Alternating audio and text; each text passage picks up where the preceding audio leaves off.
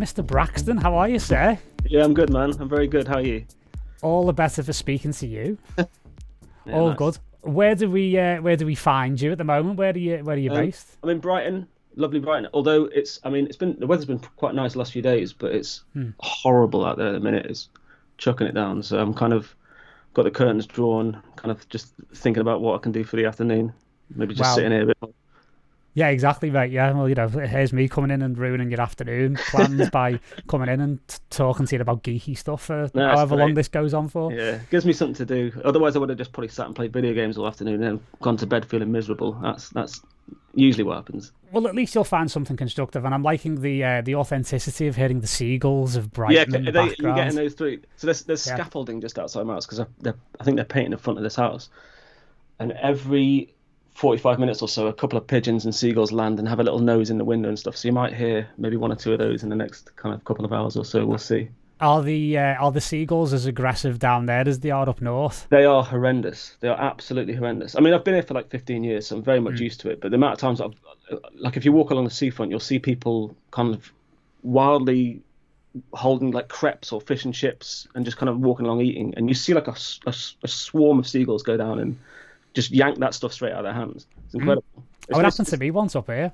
Really?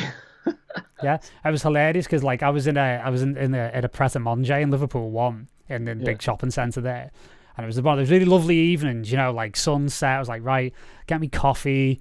Like I'm on my way to London on the train, like back in the days when you could go between cities and stuff. Yeah, when you could do things. When you could actually do things and have a life, Yeah. right? So go and get me chocolate croissant and me cup of coffee, and I'm sat there outside the Pret, like train's in about 45 minutes, got plenty of time anyway, right? I sit down, grab me croissant, and I'm literally in the process of putting it in my mouth, and this seagull just goes woof and is just gone with it. And I walk back into the Pret laughing my head off, and the staff had seen it behind the counter, and I was like, did you just see that? And they were like, oh yeah, that's Basil. And it turns out it's this one really fucking aggressive seagull that has a real love of pastry. It's amazing. So thankfully they saw it and they gave me another one, but I tucked myself back indoors from then on. It was a bit of a complex, like looking over my shoulder. Looking over my shoulder every time I got a croissant, just in case there was a seagull there waiting to take it off me. Like, just bizarre, mate. Bizarre. I love Brighton. I've not spent that much time down there, but like on the occasions I've been down there, it's a wicked place, man. It's great. No, it's great. I love it. I kind of moved down quite a while ago, and it's like the first place I lived where it felt like home a little bit. Like I felt like I could relax a little bit, and then I just never left. Yeah, because it's got like a real independence to it, hasn't it? It's like it's got a real independent spirit to it, and like on the couple of occasions I've been down there, I felt like, this sounds a bit strange, but it felt like a very like Liverpool kind of vibe. Yeah, there. definitely. There's a lot of, I think it's Liverpool or Bristol, somewhere like that. It's kind of there's a lot of, like, the people are really good. Everyone kind of gets on, and it's very much like you can just do whatever you want, and no one really bats an eyelid. Like, no one cares. That's the great thing about it. Like, no one cares about the stuff that there's no need to care about. Do you know what I mean? It's just kind of like you could just walk down the street wearing whatever you want, shouting whatever you want, and no one will bat an eyelid at all. It's just like, okay, that's just that dude. He's having a great time. Yeah, it's pretty much the same up here in Liverpool. It's like, as long as you're not hurting someone else, like, Yeah, no one's exactly, bothered really, Yeah. Now it's all good. So are you originally from Brighton, or are you from elsewhere?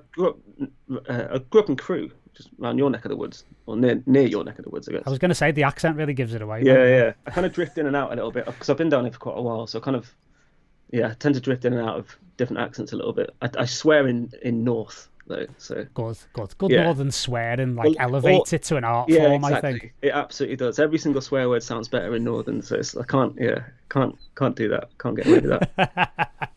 Excellent, mate, excellent. So in terms of like music then, I mean, because obviously you've been doing amazing stuff as well with what you've been doing on like labels like Anjunadeep, for example, and stuff. Like, what's the last sort of, I mean, obviously, like, I should have a neon sign in the background saying, okay, pandemic talk now. Yeah.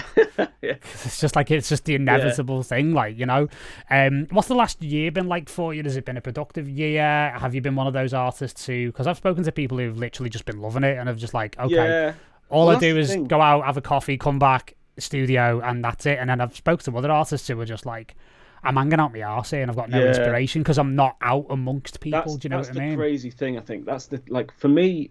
I think it always comes down to what almost like what the sort of music you produce. Because for me, I'm and a lot of musicians that I know all tend to be quite introverted anyway. So as soon as the kind of first lockdown hit, it was almost kind of.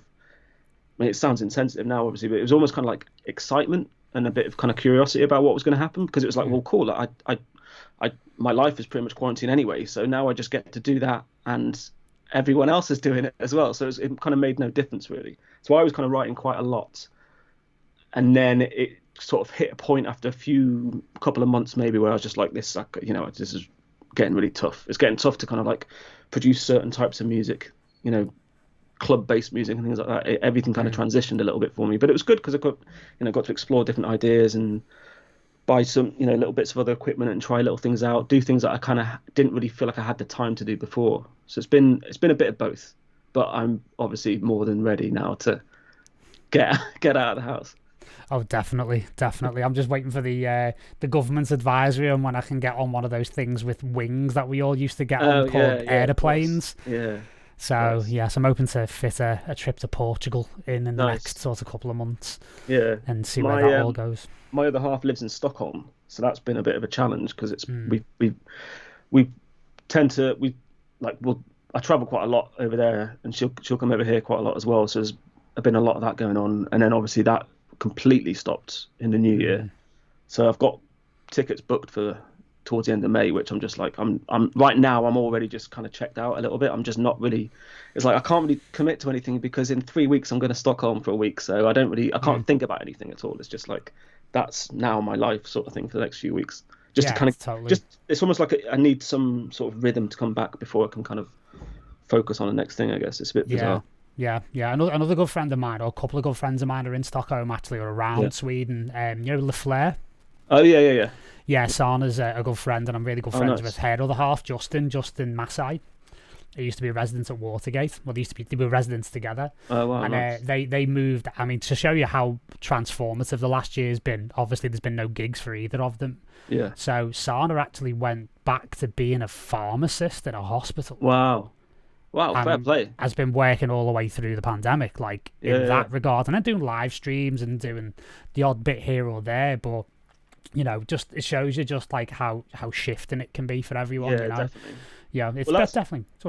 The thing for me, like I've been working part time in a shop in Brighton for like the last few years, and there's been opportunities where I could just sort of stop working. But if anything, especially with this pandemic, it's kind of it's been great to have something else to kind of go out and focus on and do for like I'm only like 20 hours a week sort of thing.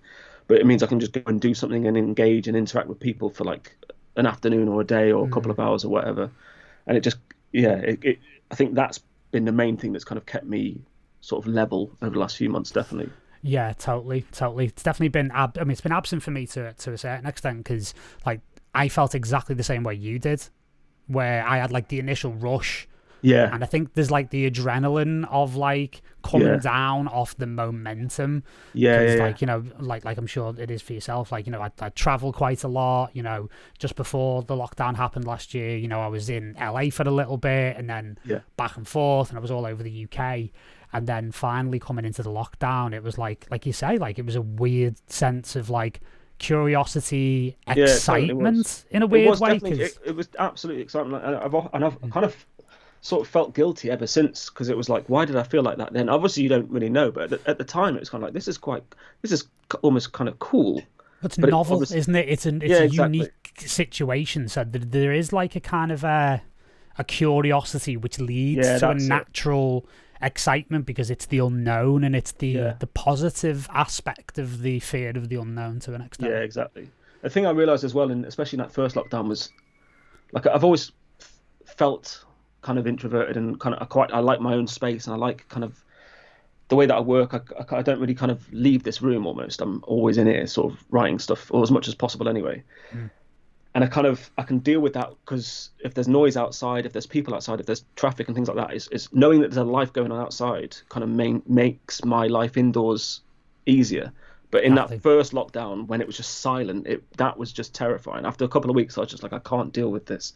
I can't deal with how quiet it is when I go to bed. I can't deal with how quiet it is when I'm sort of sat here working, sort of thing. It was just, yeah, that was. I think that's when things, that's when a struggle kind of hit, I guess. It's weird, isn't it? Because I heard so many producers, like I saw all the memes going off around the time of that first lockdown, which was like, music producers, we've trained all of our lives. Yeah, exactly. For this. Yeah. And it was quite funny at the time, but then it's like, it's that whole thing. Serious. Yeah, and then it gets serious because it's like, it's like you don't want to, you choose not to do those things because you can choose to do them. Exactly, yeah. If you want, and when that choice is taken away, it's like, exactly. well, now you're screwed. Now you have to live with your decisions. It's like, okay, well. Yeah, exactly. I hate this. Yeah, exactly. And it's, for me, like on a personal level, it's been a catalyst for quite a lot of like personal growth. Yeah. And I think one of the reasons why people really struggled, and understandably so, and this is not a criticism of anyone, because we all lead such busy lives, right? And when you're actually forced to sort of sit and do nothing, like all those things we've been kind of running away from have a habit of kind of like slowly but surely creeping to the surface. Yeah, absolutely. And it's like, oh shit, I'm gonna have to deal with that now because I've got nothing to distract myself with. Shit, another game of FIFA, know? Yeah. And that's and then insomnia hits. And it's like, okay, well, I can't sleep because now I'm thinking about all of the things that I need to be doing. Yeah. I'm actually in that position even now, like weirdly, like even coming out of it, because like, I mean, I must admit, like I did adjust to it pretty well. Because that other thing you were saying about having somewhere else to go and something else to do. Yeah. I had this, like, exactly. I had NYT. I built this platform. And in a weird way, and again, like you were saying about feeling guilty, I almost felt guilty in a similar way, because it was like when all the lockdowns hit, like we just grew, we almost doubled in size overnight, and it was like, I'm super grateful for this, but I feel guilty for it because of the situation through which it's actually happened. But you soon learn to like lean into it, because what I realized is like people are signing up for this because they need my help. Yeah, absolutely. And they need community, and they need something to kind of like structure their weeks by. So, we were doing like, twice weekly live streams with our members. Yeah. And like literally some of our members were contacting me saying like, I literally only know what day of the week it is by when you're online. That's incredible.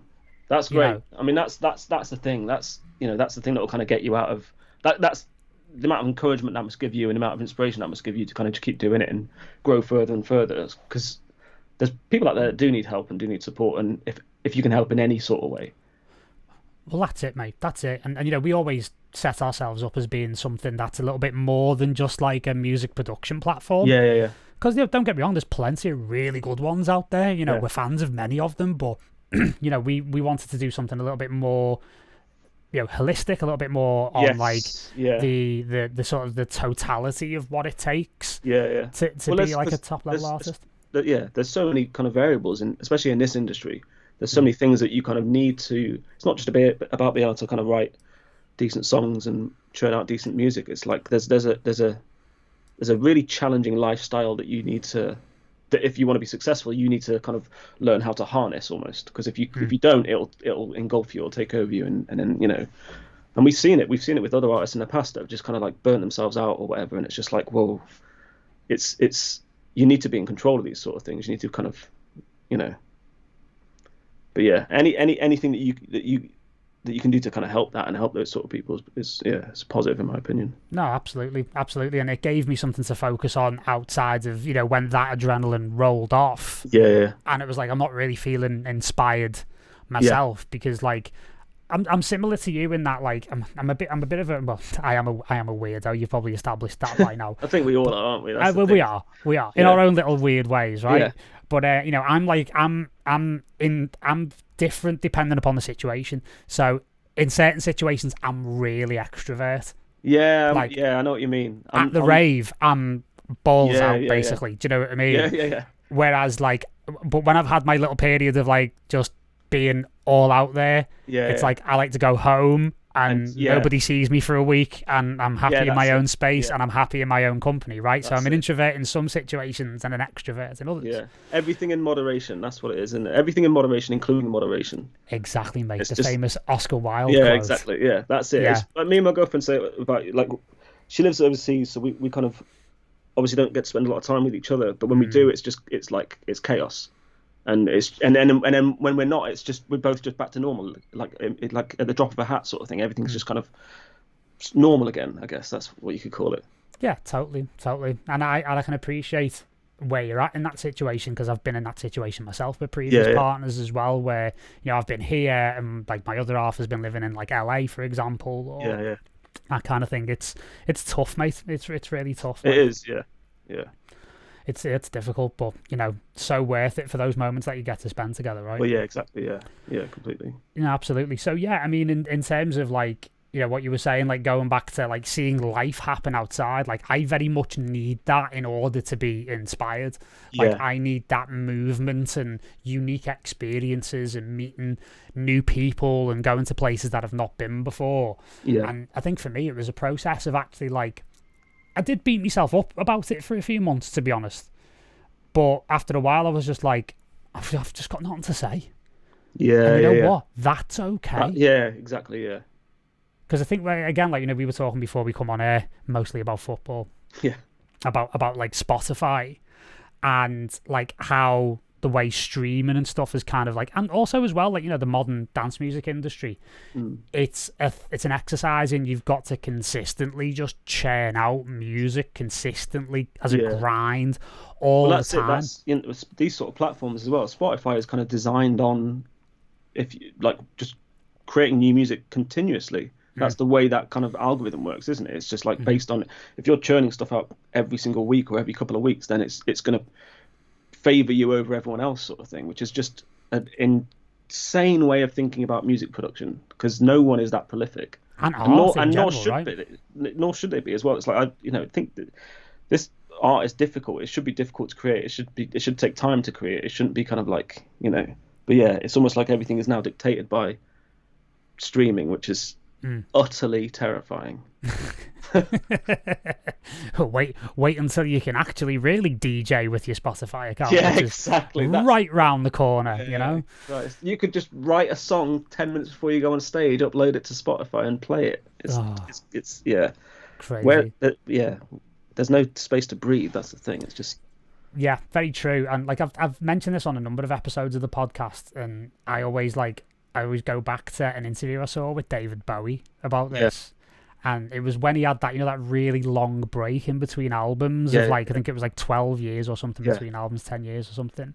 And the journalist just flat out asked him, he's like, what have you been doing for the last 10 years? And David Bowie just looked at him and went, I've nothing to say.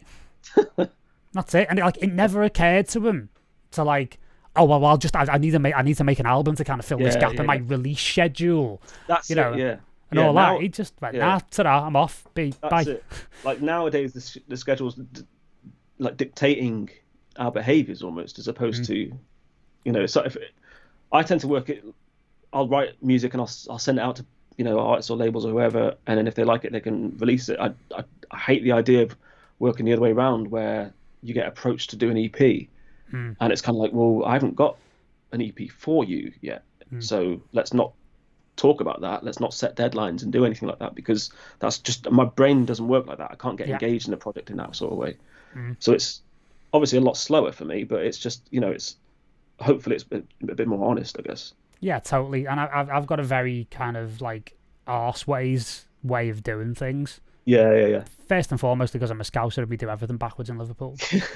but mostly because like I this is where I'm going to start sounding a little bit like Laurence Olivier almost. It's like, but do it. Yeah. What's my motivation? Yeah, exactly. Do you know what I mean? Like what am I writing about? What's it about? Like what message am I trying to convey with this? Like, and I always remember like I was working with Sasha on the Scene Delete album in LA about 2015. Me and him in the studio all day, every day for like 6 months. It was just hilarious. And like he's so instinctive. Okay. And it's wonderful because like he doesn't think about any of that. He's absolutely my biggest idol in the entire world. It's insane. Yeah, it's crazy. Yeah, I'll probably break your heart by telling you he's a Liverpool fan, but there you go. No, that's fine. That's all right. I can deal with that. You're like a second club to me now, so it's fine. Yeah, fair enough, mate. Well, you're from Crewe. You're from Crewe. You're from the feeder. You're from the feeder club anyway, aren't you? Do you know what I mean? All my family. So my family's split between Crystal Palace and Liverpool. My dad's a Palace fan. God, God, that's a conflict, isn't it? I know it Considering the is. It's history. hilarious, and it's funny for me every single season because it's like, oh, I can't wait for those two. Especially this season with like the 7-0 at exactly. Selhurst Park. Yeah, exactly. I was going to say, do you have family gatherings where you get the VHS of the 9-0 at Anfield out and all that? It's getting to the point where they're like, I think they just don't talk. They just won't talk to each other. Like my brother-in-law and my dad are just football. like, exactly. Yeah, it's just like, we're not talking. Just to qualify that. Give it like 24 hours and then everything will be back to normal again. Fair enough, mate. Fair enough. No, yeah. So yeah. I mean, he's my idol as well. Like he was the first DJ, one of the first DJs I'd ever seen at Cream back in the day. I went to his the San Francisco Global Underground launch party at Cream in 1997, and that was just like 17-year-old me was just like, what the fuck is this? And to be honest with you, the first day in the studio with me and Sash in LA when we started working together on like Scene Delete, like 17-year-old me was still like inside me doing backflips. 35-year-old me's like, yeah, cool, whatever, do you want a coffee, blah blah blah, but like inside I'm just like, fucking hell, what the fuck's going on here?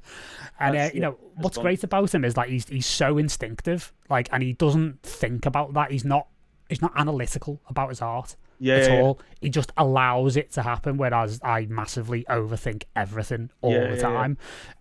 So basically there was this one situation where I was like, we were working on this track and I said to him like, what's this about? What's this song about? Like, because it would really help me to understand like where we're going with this, I can kind of like help shape it in the right way. And he looked at me like I had two heads. He went, what are you talking about? Just write the fucking thing, just get on with it.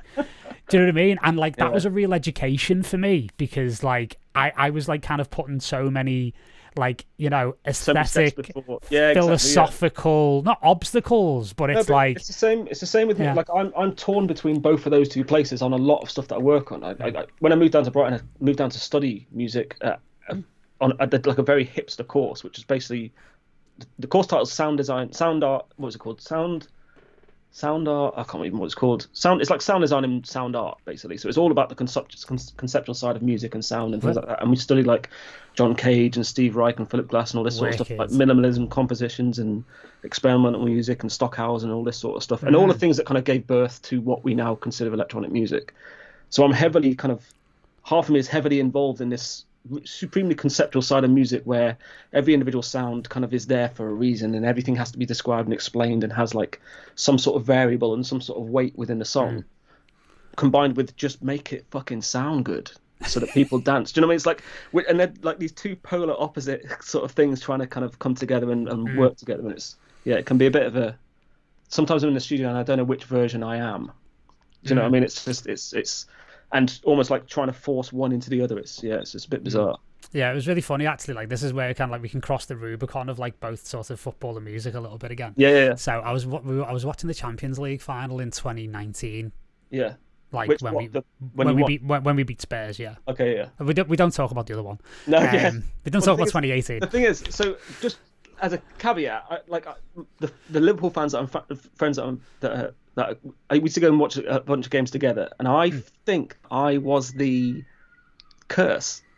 Right. Because a lot of the times we went to see the games, like we went to the game we went to the Barca game, first leg, and we watched it in Pattons in Brighton, the club in Brighton, because they had like a Liverpool supporters club thing that was on there, and it was whatever it was, 4-0 or 3-0 to 3-0. Barca. Yeah.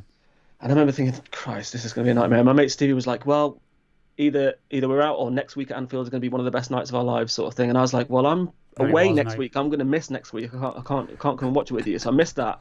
But I was there as well for the final in the Madrid final as well. So it's just like I can't. But then I missed the Champions League final in the Spurs game.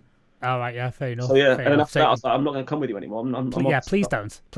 I'm gonna ask you not to do that anymore. So basically, I was in the same pub that I watched the Istanbul final in 2005. It was a bit of a lucky charm thing, basically. Yeah. And I get outside the pub and Youssef's out there. Wow. Like, so because Yusef's from the same Yeah. part of Liverpool, like, you know, we're Yeah. good friends, like we've known each other for years. Like, I mean, I go way back with him. Like, I was selling vinyl to him in like 1995 in No record way. stores on my work experience on my GCSEs. Nice. And you know, he's a red as well. And you know, we're watching the game and everything, and then like half time comes and like music talk starts over a pint and all that. And you know, I was talking to him about my process because he'd heard like my Bedrock EP had come out like a few months earlier. Okay. Yeah. And he was like, it's really, you know, you're really well, it's really so skilled, like, you know, what you do is so amazing. And I was explaining the process to him, and he just went, can I just stop you there? And I was like, what? He goes, have you ever thought about switching your brain off in the studio, Paul, and like engaging your heart a little bit more? Yeah. And I was like, yeah, that is my problem. Like, I am so like intellectually in my own way a lot of the time. Because again, for similar things, like, because in a different way, like I've got 2 degrees. Like, my second degree is in audio engineering.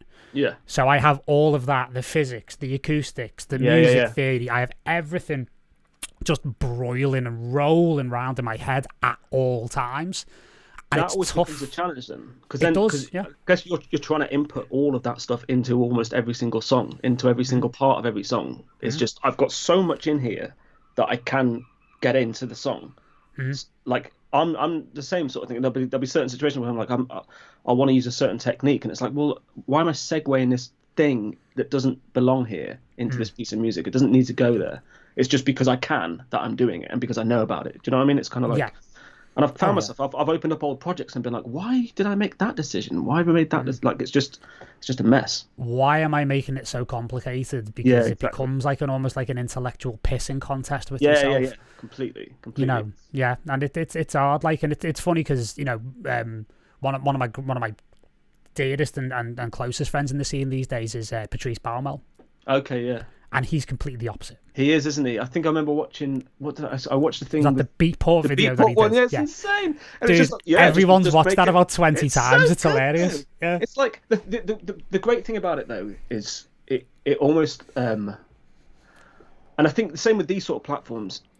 Growing up writing music, because I'm similar to you, like I started writing music a long time ago, and I kind of drifted in and out of doing stuff, and I wasn't taking it seriously for, I don't know, 15 years, I guess, and then it's only recently that I've started taking myself seriously with it. But I remember learning about writing, like music production and stuff. These platforms didn't exist, so you didn't really learn. You learned techniques and things like that, and you learned a lot of stuff off your own back, but you didn't really learn about what other people were doing. And now the thing that I most enjoy about all these sort of things is hearing about other artists and producers and what they're doing and how they work. And it's almost like, oh, I'm allowed to do that because that guy does it and he's super successful, or that girl does it and she's super successful. Do you know what I mean? It's like, it kind of allows you to sort of break the rule, like be okay with breaking the rules that you were breaking. Whereas in the past, I'd be like, I don't know if I should be doing this because it feels like cheating almost. Well, that's it. I mean, my first ever audio engineering teacher, on my first day at audio engineering school, I went to SAE up here in Liverpool. And it was one of those stories where, you know, I did the qualification, and then on the day I graduated, they gave me a teaching job. Wow. And because I was just so much of a pain in their arse, basically. Yeah. And there was like jokes going around that I was like, basically, I was going to move a bed into one of the live rooms in one of the studios because I was just there every minute of the day that I could do. And I'll never forget it. It's one of the best pieces of advice I've ever been given. Not just about music, but just in life in general. Like, Xander Snell, his name was, great guy. And he said to me, Paul, I'm going to teach you every rule in the book so you know how to break every single one of them. Yeah. That's totally it. And it's like, that's where that kind of like awareness comes from, or that hyper awareness of like, okay, I'm breaking this rule for this reason and it's going to get me here. Yeah. You know, that kind of thing. And that's where like analysis can become paralysis a little bit. Yeah, definitely. Yeah, absolutely. I think, like, I've done a few of these kind of sort of Twitch streams and production streams before where I've kind of, I have this ability to kind of say almost the opposite thing of what I'm trying to say sometimes. Do you ever do that? When I'm just like talking about something that's like, no, hang on, I need to think about how to word this. And and I remember, I think I did one where I was just talking about kind of education and all that sort of stuff. And I was just like, yeah, you don't need it. No one needs to go to college and all this sort of stuff. And I was like, hang on, no, absolutely. You need to learn this whole thing. You need to learn about what you're doing and take it seriously and kind of like, but it's exactly for that reason. It's like, you need to learn those rules just so you know how and why you're breaking those rules. Because some people fall into like a sort of accidental trap where they're they'll achieve the results by accident almost.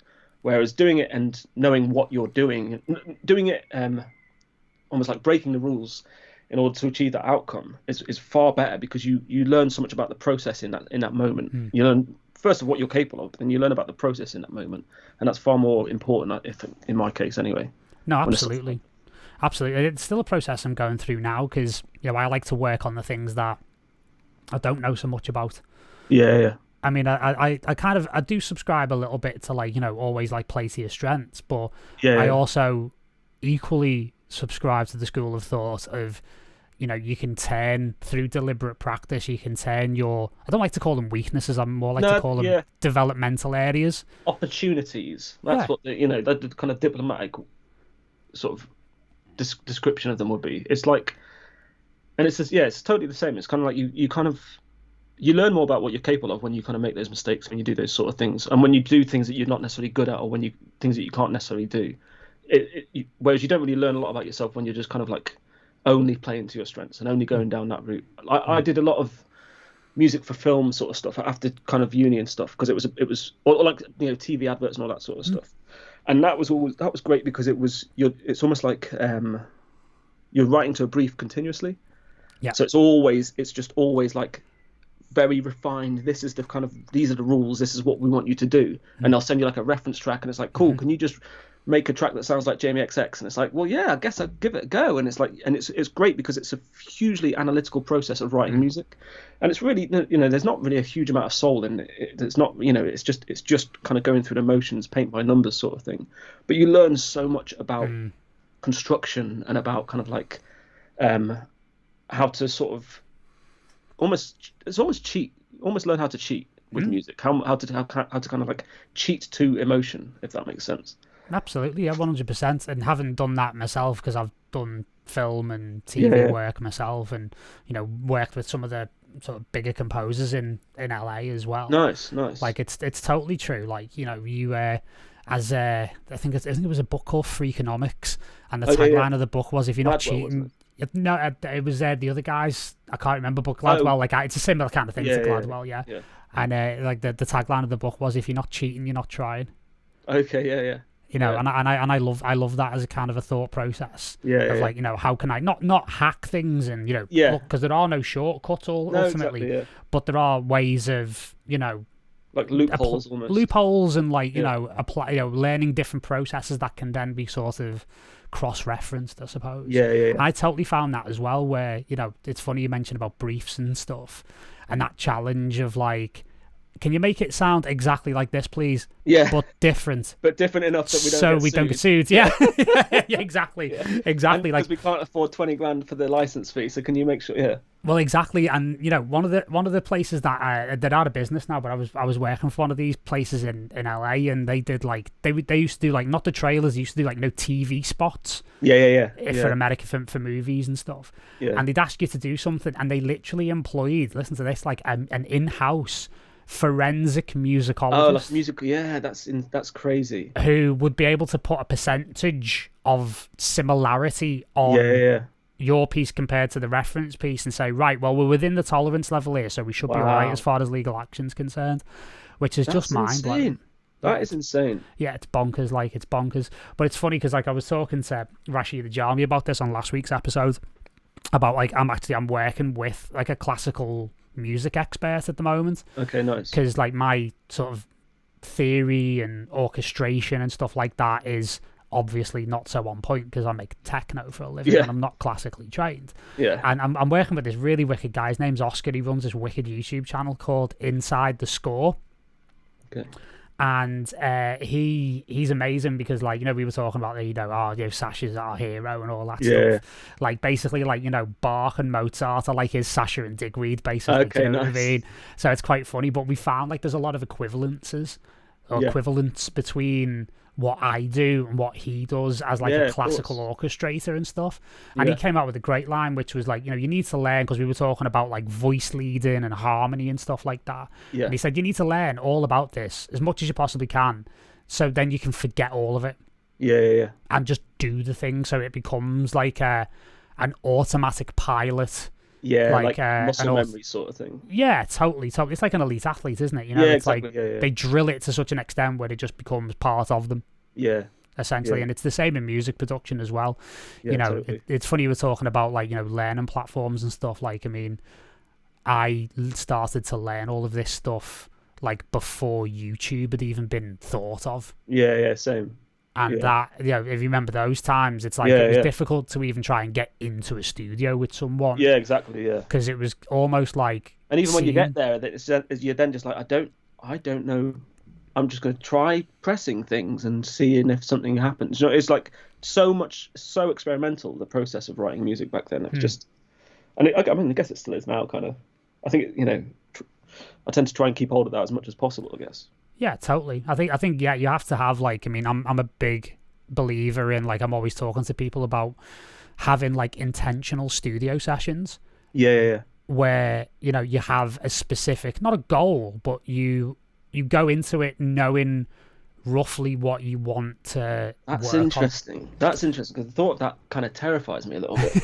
Because for me, it's not. It's rarely been that. It's always been, and it kind of like up until recently, I kind of started to get a bit more control over my sort of studio work recently, where I'm trying to do things at a particular time and get in a particular kind of have a particular method and particular structure sort of thing. But I remember back in the day, it was just like, well, I just write whenever. So if I'm inspired at 2 o'clock in the morning, I'll go and write at 2 o'clock in the morning, and sleep can come later, sort of thing. And then after a while, you kind of realize, like, I was a terrible friend, because people would be like, oh, do you want to go meet for coffee next Thursday? And I'll be like, I don't really. That might be just right when I'm being inspired to do something. So I'll say no. Yeah.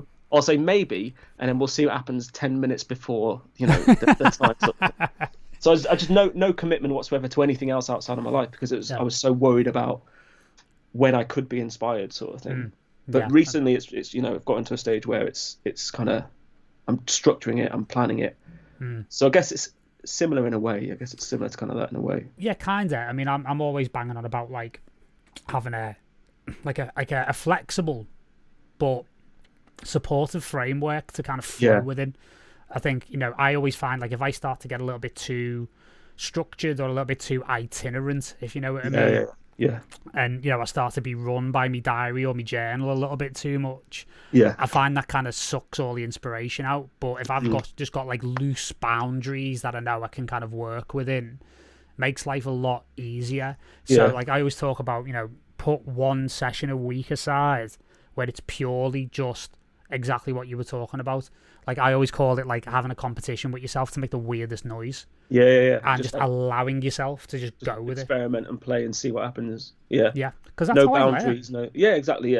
Yeah, completely. That's all it is now. It's just a case of like picking up ideas as and when you can. And if you're under pressure to write, and if there's deadlines or anything like that at all, it's kind of like, well, I can't really. I'm not allowing myself time to experiment and time to learn. I'm focusing on finishing a project, for example. Whereas you absolutely need all that, as much time as possible, to kind of just sit there and just noodle for hours. Noodle is the exact word. Yeah, it really is. Yeah. Because that's where all the best stuff comes from, isn't it? That's where all the that's where all the actual gold comes from.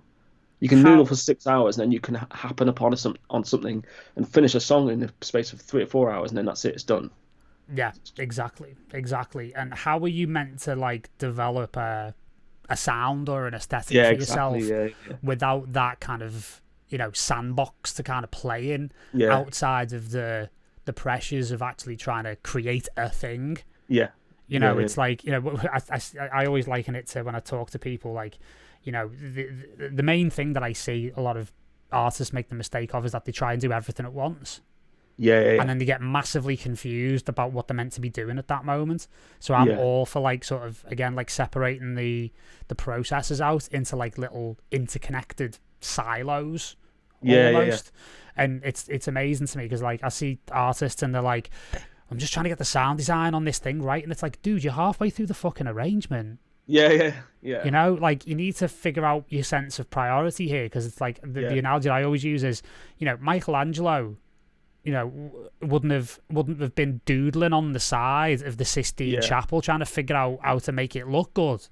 He wouldn't have been putting that paint on the canvas. He would have gone in with a pretty firm idea. Yeah, or he would have had like a separate canvas that he could experiment with and get right, and then he would be able to go and put that on the final piece, you know? You absolutely need to give yourself that kind of space. And, you know, I reflect on my own experience of, like, I used to lose entire weekends to, like, Reactor, where, you know, I would literally just put my headphones on, get the beers in, and, like, that would be Friday night, and then you wouldn't see me till Monday. Yeah. Because I was just, like, going down the hole of, like, learning various ensembles, and the weirder it went, the better it went, and, like, I just think of, you know, an artist who's just constantly on that hamster wheel trying to churn music out. Yeah. You're denying yourself that experience of being able to really go deep into that and learn principles, but also learn what your sound is, so those sounds can then be incorporated in future records. So you've already got that sort of custom palette to start off with. That's it. As soon as you have that kind of template as well, then you're like, that's what turns a kind of like a sort of a good artist into a prolific artist, is when you can understand your own kind of template and your own kind of system and rhythm for writing music. Then you're able to just kind of like knock stuff out. And it's, I mean, you know, I'm not suggesting like every single track is phenomenal, but at least you're kind of getting to the stage where you're just completing lots and lots and lots of different music, and you've got a back catalogue of like 10 or 15 demos that you're ready to kind of pump out and send out there, sort of thing. Yeah, no, absolutely. And not every one of those needs to or really should see the light of day. No, yeah, exactly. Yeah. If anything, you want out of that 10 or 15, you want one or two out there. The rest of them, you know, they can just go back and become different ideas years down the line or months down the line. I've got, I've got tracks like that have babies. Yeah, completely. It's like, I've got one track that's, I reckon I've got about 6 on the go from this one track at the minute. Yeah, it's mad, isn't it? And it's just, it's the thing it's that thing as well where it's like, I go to bed having nightmares about which track I'm going to work on the next day. It's almost like I'm so worried, because it's like, well, I can't give this baby more of my attention, because then the other 5 babies are going to get really upset. Do you know what I mean? It's like that's you know, I guess when that's your biggest fear, I guess you know you're in a good place mentally, I guess. Oh, totally. That's one of those good problems, like. But exactly. it's always fun, because it's kind of, you can always compare that to if you were like a film composer, like when a film composer writes like what they call a suite. Which is like almost like the condensed ideas for an entire movie in like a 17, 18, 20 minute, like basically long tranche of it being a single track, essentially. That's kind of what it is, really. You know, it's amazing to me, because I do, like, I listen to some of my own tracks, and it's like, again, because of that, you know, intellectual pissing contest I'm having with myself, I've basically put like a whole album's worth of ideas into one track, because I know I can shoehorn it all in. And then there's that process of like, all right, I need to break this out now. And actually, like, you figure out, okay, well, that one idea is enough to serve as one record. Yeah, absolutely. You know, that's the these thing. two can go into one hook that you've got that you just thought was a throwaway random little ARP line on some sort of track somewhere is actually, that's pretty killer. Take that out, make it louder, done. Next track, move on, sort of thing. Yeah, and it's also about, like, you know, again, I like to use like the whole painter analogy, art analogy of, you know, you need to be able to get your tools right. You know, you need to get the right brushes, you need to get the right colors on the palette, that kind of thing. And you know, I worked very, very hard on that. Of, you know, I literally, like, in my Ableton browser, and I've got stuff saved in Logic, I've got stuff saved in Cubase, because I'm all over the place where DAWs are concerned. But I've got like these customized modular things that effectively, like, in my sort of PN sounds folder, like the sound of me as an artist lives in those folders. Nice. And everything almost begins and ends in those folders, and I can kind of just parachute things and drag and drop them in, and you know, that kind of thing. So I don't necessarily. That's it. Especially if you get to the point where you're like, even without hearing those sounds, you're like, I know exactly the name of the file that I'm going to bring into this project, and that's going to be added to this kind of like texture layer sort of thing here. You know, if you get to that, when you're at that stage where it's like, it sounds robotic, but it's not. It's kind of learned. Do you know what I mean? It's like an experience you've gone through creatively to end up in a position where you can kind of go, okay, well, I can just fill these in quite quickly and easily, sort of thing. Yeah, totally. And don't get me wrong, it can become robotic. Yeah, And yeah, it yeah. can get pushed to a point where you are going through the motions because, again, we were talking before like about muscle memory. Yeah. Like the muscle memory of just reaching for that same kick over and over again, Yeah, or yeah, that same shaker loop, or, you know, whatever you want to say. Like it does become quite sort of, you know, like linear and quite sort of, you know, robotic, and therefore it becomes quite contrived. And yeah. that's why I've always like bounced between DAWs, because like, I try and bring different sides of myself out. But I think that in terms of like, because I used to worry about that, about kind of feeling contrived in that way and stuff. But I think the more I focus on the kind of journey as to what got me into the position to be able to do that, the less it kind of sounds contrived, if that makes sense. And it was like a long journey of experimentation and kind of creating and all that sort of stuff to get to the point where I now have like an arsenal of sounds that I can then kind of throw in. And I know those sounds. I know that kick drum. I know the weight of it. I know the warmth of it. I know exactly how it sounds and how it will kind of impact on this mix that I'm working on, for example. And it's kind of like, well, it's not just, it doesn't need to feel kind of contrived because it didn't come from a place, it came from an honest place originally. Does that kind of make sense? Yeah, totally, mate, absolutely. And I suppose it's the analogy of like, do you know that story about Picasso with the napkin? No. Have you heard about this? Okay, I love this story, right? So there's a legend or a myth or whatever you want to call it, a story about Picasso who sat in a restaurant one day, and he's there, like, he's at his dinner, whatever, and he's doodling on a napkin. Yeah. And this lady's on another table, and basically, as he gets up to leave the restaurant, the lady stops him and says, "Look, I'm a massive fan of yours. Like, I would love to buy that napkin from you. Like, can I have that drawing from the napkin?" And he went, "Yeah, that'll be $250,000, love." And she goes, "But what, you sat there and you did that in 5 minutes on a napkin?" And he went, No, it took me 25 years to do that. Exactly. Folded it up, put it in his pocket, walked out the restaurant. Yeah. You know, and I think that's totally true about like what we were saying about sound selection. It's like it took you 15 years to get to that point where we know that kick works in that particular situation. So that is a valid tool. That's always the argument as well when people will be like, "Oh, it's good exposure. We can't pay you, but it's good exposure." And it's like, well, okay, well, and it does, you know, what you're asking for in your world, it sounds small. It's like a 30-second, you know, whatever ambient sample, whatever. It's like, yeah, that does, but it's not 30 seconds it's taken me. It's the number of years to be able to knock out a 30. You know, it's, and I think that's the thing that maybe that's where the barrier is between kind of like people who are creatives and people who are not necessarily creatives, if that makes sense. Yeah, totally. And again, in the film and television world, you know, you're constantly having musical conversations with non-musical people. That's one of the more challenging aspects of it. Although I've just had a really random idea based off what you've just said there. I think I might make a cryptocurrency called exposure, so we can get paid in exposure. I'm in. I'm absolutely in. That's a banging idea. Mate, if you can have fucking Dogecoin, you can have exposure. Exactly. Come on, mate. Insane. That's a great idea. Should do it. All right. Cut this bit from the. Thank you very much. Thank you very much. You were in the virtual room when it happened. I shall give you a cut. Yeah. We'll do it the Bitcoin way. We'll mine a load of them up front, and you can have 1 million of them, and then you can finally say exposure did actually pay the bills. Yeah. Oh wow, that's genius. I'm actually gonna write that down. I'm being. You absolutely should. Yeah. No, I know we're laughing about it and stuff, but that's a really good idea. And I'm in. Yeah, totally. Just the pure irony of like making a cryptocurrency for musicians called exposure. It'd be hilarious. Only for musicians. Yeah, exactly. And then not letting Spotify use it as a form of payment for future reference.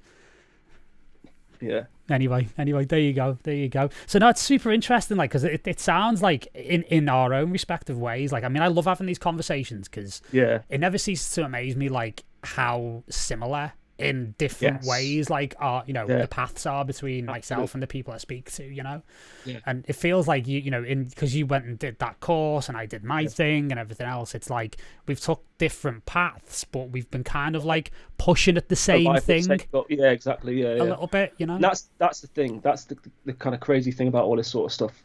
Like I was saying before, there never used to be these sort of platforms, so you were always just doing things in the dark almost. It always just felt like you were just trying ideas and doing things, whereas now, because of these sort of platforms, people can have these sort of conversations, and it's kind of like, oh, okay, well, yeah, that's everyone's just doing the same thing, really. and it just going about it in slightly different ways, but kind of putting the same amount of heart and brain into everything they're doing. Almost, it's bizarre. It's really bizarre. Yeah, it is. Considering the weight and breadth of music that's out there and the difference that people are creating. Like I remember listening to, what was it on? Nick Cave did a couple of documentaries about kind of like songwriting process and that sort of thing. He did like one movie that was like a kind of docudrama type thing, which is really good, especially if you like Nick Cave as well. But it's kind of like there's a bit in it where he talks about songwriting, and the way he kind of describes it as the way he says it is like as soon as you know what the song is, it's suddenly of no significance to you. And I've always kind of thought of like, yeah, every single time I write a song, as soon as I kind of get to that point where I'm like, I'm done, I know exactly what this, I know how to finish this, I know, you know, the little kind of sprinkles that I need to make on it and that sort of thing, I'm suddenly just like, oh, I don't really care about it. I'm not that bothered about the song. I don't really, I want to go back to the kind of like early stage, the noodling stage, and kind of the playful, fun sort of stage with a new project sort of thing. And as soon as I kind of like heard him talking about it, I was like, oh, okay, so he's like a prolific songwriter who's released, you know, he's won all sorts of awards and all that sort of stuff, released God knows how many albums, and he still deals with those same sort of things that everybody else deals with. It's just bizarre. It's just, it's super interesting. Everyone's in the same position, basically. Yeah, totally. And it's interesting that moment, because I think we've all kind of gone through that where it ceases to become like, for all intents and purposes, like an extension of you. Yeah. And it's almost as if like suddenly exists in its own little entity sort of thing. It's just like, well, that it's moment. Not personal. Yeah, exactly. That moment always feels like you've kind of cut the umbilical cord on it. Yeah. In a weird way, and it's like it's become now its got own to fend entity. for itself, sort of thing. Yeah, and that plays into another thing that I always say, that I always say this to the people that I kind of like coach and mentor. It's like, the opinion of your music that often matters the least is your own. Yeah. Because I've had that so many times where I've put tracks out and people like come running up to me at clubs and they're like, "Oh my god, I love that track," and I'm like, "What, that fucking piece of shit?" Yeah. Do you know what I mean? Like that was one of the worst things I've ever done in my life. That's and I'm like, no, this is amazing, and like this Same happened. I find it so difficult because I'm all like with the way I'm always trying to better myself. I'm always trying to write better music than I did the day before. That's just always been the plan. There's no other way of doing it, I don't think. And I think everyone's like that. Or I assume everyone is kind of doing that is following that same sort of pattern. But it obviously means that there's stuff that I wrote a year ago where I'm like, this is horrendous. It's not horrendous. I mean, it's like I've lost complete touch with this track now, and I don't really like it, sort of thing. And then I'll be doing like kind of guest mixes and things like that. And I have a manager, and like she's incredible. She's super supportive. She's really, really great. But she's always like, oh, make sure you include your own music and stuff. And I'm like, oh, but I really like everybody else's music more than my own. It's like, put this track in there. It's like, I'm not putting that in there. That's like old. That's like 2 years old now. I'm not going anywhere near that anymore. I've moved on. It's like an ex-girlfriend sort of thing. But yeah, you kind of forget that there's still kind of a job to do almost. There's still a following to amass and like people to appease sort of thing. So it's kind of yeah, I get that, but it kind of like, it reminds me of one of the single best quotes I've ever heard about DJ, and it came from like another friend of mine, Craig Richards. Oh, okay, yeah. And like, what I love about Craig, I've known Craig for many years because I'm also like, I've been friends with Lee Burridge for like 20 years. Yeah. And hanging around with him, getting to know Craig and stuff like that over the years at Fabric and whatever. Yeah. And like, what I love about Craig is that he doesn't say much, but when he does say something, it's like, it's worth listening to. Yeah. He always. I love people like that. I love people like that. It's just gold every single time. You're almost like, he's gonna speak. Yeah, it's like what we were saying about John Barnes, before we started recording. It's like, he might not have the first word on something, but he certainly most of the time has the last word on things. Yeah. Because he normally just nails it in as few words possible, and that is Craig as well. And the way, it's the single greatest quote I've ever read about DJing, and he said, "Play for yourself with the crowd in mind. Don't play to the crowd with yourself in mind." Okay, yeah. And that's insane. So subtle. It's such a subtle difference, but it's massive. The thing is, as well, like saying that, it's almost like, like especially with like him and Lee Burridge sort of thing. It's like, that makes so much sense. Yeah. Do you know what I mean? It's like, that makes so much sense. Yeah. Why the pair of you were so good, and why that night, that club went from just a random little club to becoming what it is, sort of No, thing. I mean, I've got goosebumps now Yeah. talking to Just you from nights. about night. I mean, I went to Fabric's second birthday, Yeah, wow. and you can imagine the scenes, Yeah. you know. And even like when they did the Fabric 20, I think it was, Yeah, and I think that was like the last time Lee and Craig played together, yeah, or it was like the 18th birthday or something like that, yeah. and it was still the same. Like it was Crazy. just, it was insane. It was like obviously they don't play together anymore because their sounds have just gone so like that, and that's fine. Like that is what it is, right? But It's amazing it lasted as long as it did as well. That's oh the my thing. god! But I know I first actually the first time I saw those two play together was in the Bomb in Nottingham. Okay, yeah.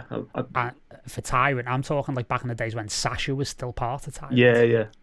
When he was like the third member of Tyrant, and Wow. you had Teo playing just mega breaks in the back Yeah. room.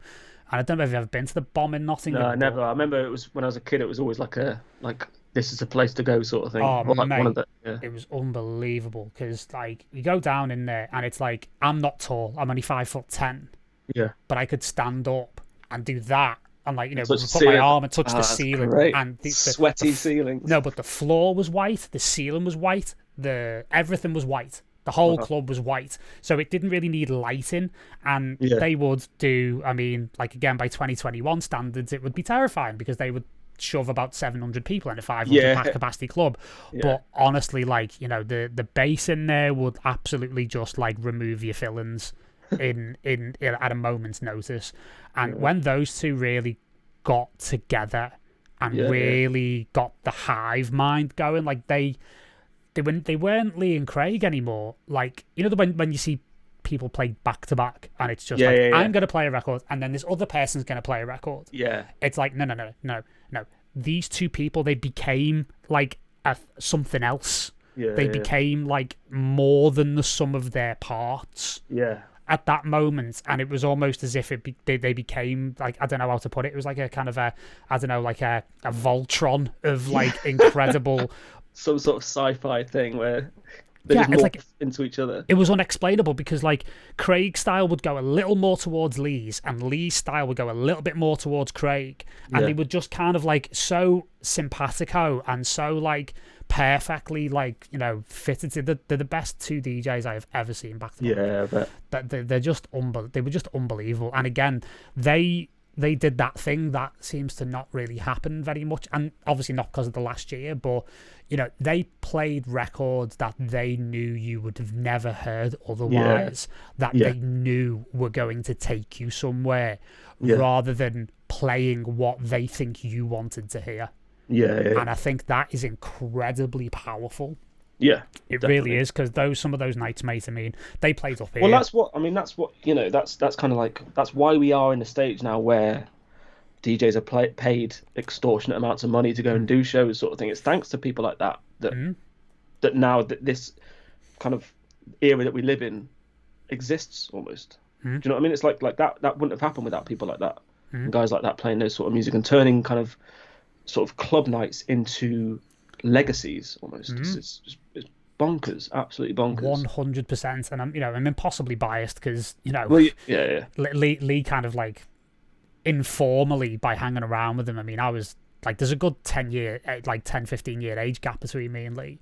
So Lee was like sort of my mentor sort of growing up. I met him when I was 19 and was like following him around the country, and we'd go to gigs together and stuff, and he almost like taught me, didn't teach me how to DJ technically, he taught me how to DJ everything else, like the way that he carried himself, his demeanor, his approach towards the people in the club, the way he presented music, the way he combined music. He's been, and all of that is like, that's the sort of stuff that you don't really learn apart from experience. You just learn by doing, I guess.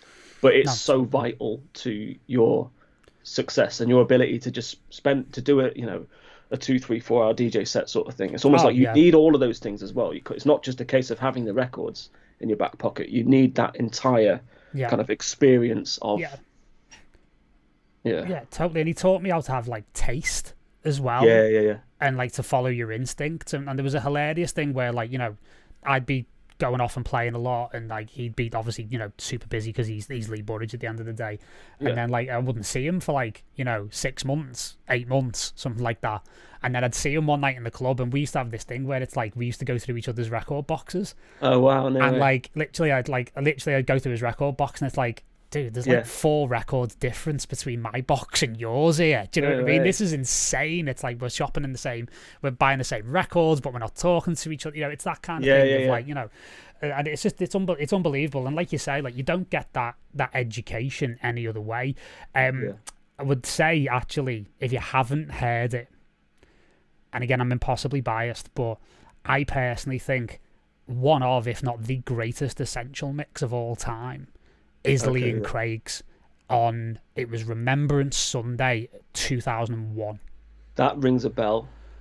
That does ring a bell. One of the most outrageous mixes. I mean, I'll occasionally still put it on. I mean, I'm not really one for listening to mixes these days. Yeah, same. Honestly, like you put that on, it takes you somewhere else. Like I'm not really sure where it takes you, but it's just this wonky, dubby, trippy, drug-addled stuff. Going everywhere. Yeah, and they were playing things at that point, like 2001. Like they were playing stuff like 10 BPM slower than everybody else. Yeah. And that's the thing, because when I listen to, like, obviously, like, obsessed with Sasha, so I always go back to Sasha's Essential Mix. I always go back to, like, I think, what was it? March maybe 2000 or 2001, 27th or April, 27th of April. Actually, maybe it's. I know which one you mean. You know the one I mean? I think I've got it in a cassette over there. Like... Yeah, that's it. Yeah. So I keep saying to my folks, at my mum's house, I've got a bag of cassettes, all like radio shows that I taped off the radio. Like, yeah, mate. What's it called? There's one that I really want, which was. It was either Millennium or it was a year after, and it was Bondi Beach, and I think it was Sasha and Pete Tong.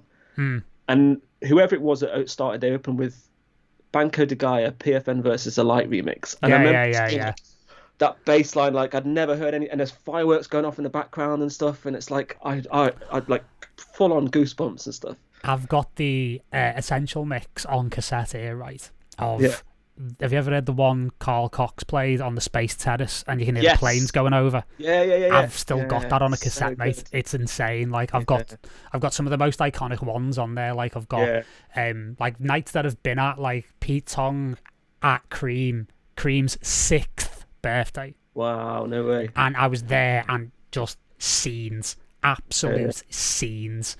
You know, I've got a load of naughty DAT tapes there from stuff that happened at Cream back in the day as well, because I ended up working for them, so I ended up getting access to like, oh mate, just some unbelievable stuff knocking around there, like, you know. But yeah, amazing, mate. But again, it's like I think it's important to have an appreciation of that, right, for where we are now, you know. Yeah, absolutely. Yeah, it's completely necessary. I think like I said before, like I kind of drifted in and out of music in terms of my personal stuff, my own stuff, you know. But it kind of all started from, you know, that era, that early kind of like, well, not early, but like Sasha and Digweed, late 90s, early 2000s and stuff. And then Global Underground especially was just like that as a kind of like label and as like a collective sort of thing. Like when they made that movie years ago, and I remember seeing like a bit of Sasha in there. Like my mum loves Sasha because I was so obsessed with him, sort of thing. Yeah. But she was like, I really like, he seems like a nice guy. Just because I was just because of how happy he made me, sort of thing. And I remember in there was like a thing where he's talking about Bukowski, and I was like, okay, well, I guess I'm going to start reading Bukowski now because Sasha reads Bukowski. You know, it's just kind of like, yeah, this is the world that I kind of wanted to be in. You know, this is just sort of, it's just bonkers. Yeah, totally. Yeah, and it's amazing, like, because you know. He's spoken about it, and I've spoken to him about it, about, you know, what it was like, because he was literally superstar DJ, like, 001. Yeah. Like, there was never one like him until that came around, and, you know, it's amazing he's handled it as well as he has done over the years, because you know, there was no, as he said, like, there was no manual for it. Like, you were literally making it up as you were going along.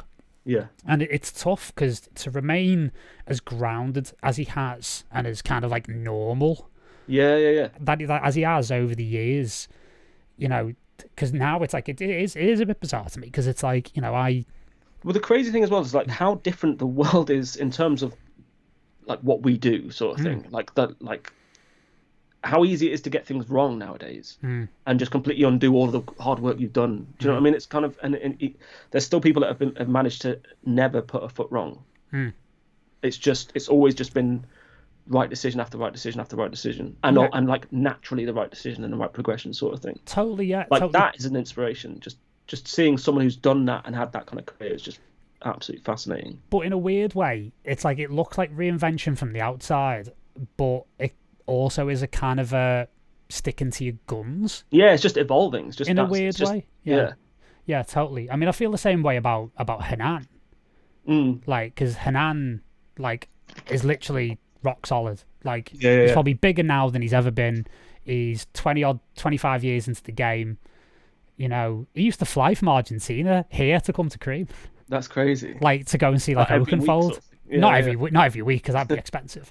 But like seriously, like he'd fly over and he'd come and see, like, you know, he'd be a face in the crowd and stuff. Like, I remember him being around Cream back then, and he's just always stuck to his guns and his sound. He's always like kept it exactly like what he's into and nothing more. He's never tried to kind of like, you know, jump on a bandwagon or try and be trendy. And again, it's like what I think about the likes of, you know, Sasha and Digweed and all the ones we've talked about, all the real greats. There's like a healthy distance in a weird way between themselves and the music and everything else. So it gives them a little bit more leeway, which means they're less likely to get things like wrong, so to speak. So it makes things a little bit easier because it still allows them to lead like relatively normal lives. Yeah, completely. It's always seemed like it's always been a natural progression, but then it's also at the same time it's you've never seen them kind of say yes to things that they've probably been offered some ridiculous things in the past, and they've just gone, well, no, it's not, that doesn't fit my structure, that doesn't fit my kind of like template for who I am, sort of thing. So yeah, you know, I'm sure that they've been offered like the most ridiculous things that would propel them from, you know, to being like a supremely commercial kind of aspect and, you know, all the money in the world type of scenarios, but it seems like they've just been like, well, no, I'm happy. I'm fine. Yeah, and you know what? I'd scarcely blame him if he did, because, like, you know, I always regale. There's a number of occasions where, like, before he decided to become a multi-millionaire pop star, like, I had a couple of really good nights listening to, believe it or not, David Guetta. Back in the day, like, he's actually like when the very few the early stuff was like, because I remember it being really bizarre that he'd kind of transitioned into that sort of stuff. I was like, oh, this is David Guetta. I didn't know he had this in his back pocket, sort of thing. It was, and now all we know is, you know, those memes, I guess. Less said about them, the better. Especially because it's my podcast, and I'll be the one getting the cease and desist letters. Do you know what I mean? We'll cut this. Yeah, exactly, mate. Exactly. So yeah, I mean, so in terms of like your own development, then, how do you feel like your sound's developed over the years? It's a weird one again, because I think it's like, because like I was saying, we do sort of a kind of history of music for film and adverts and little bits and bobs like that. That's sometimes something I'm fighting against, which is just kind of like falling into the trap of writing to a brief almost. And it's like I get a certain partway through a track and I'm like, well, I could quite easily turn this into a particular thing if I just follow these sort of rules here, sort of. And, you know, I found it difficult to sort of almost do what I want, if that makes sense.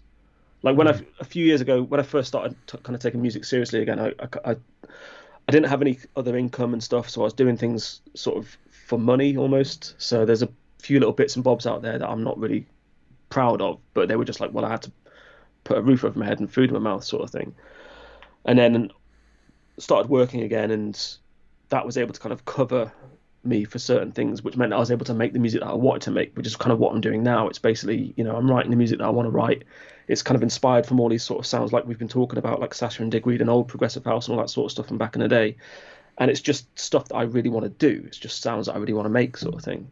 So it's kind of it's taken its time to kind of transition into this position, but it's I'm enjoying it. That's the main thing. That's the main thing. That's absolutely it. So in terms of like tools and stuff, like what does the production rig look like? It's Logic 9.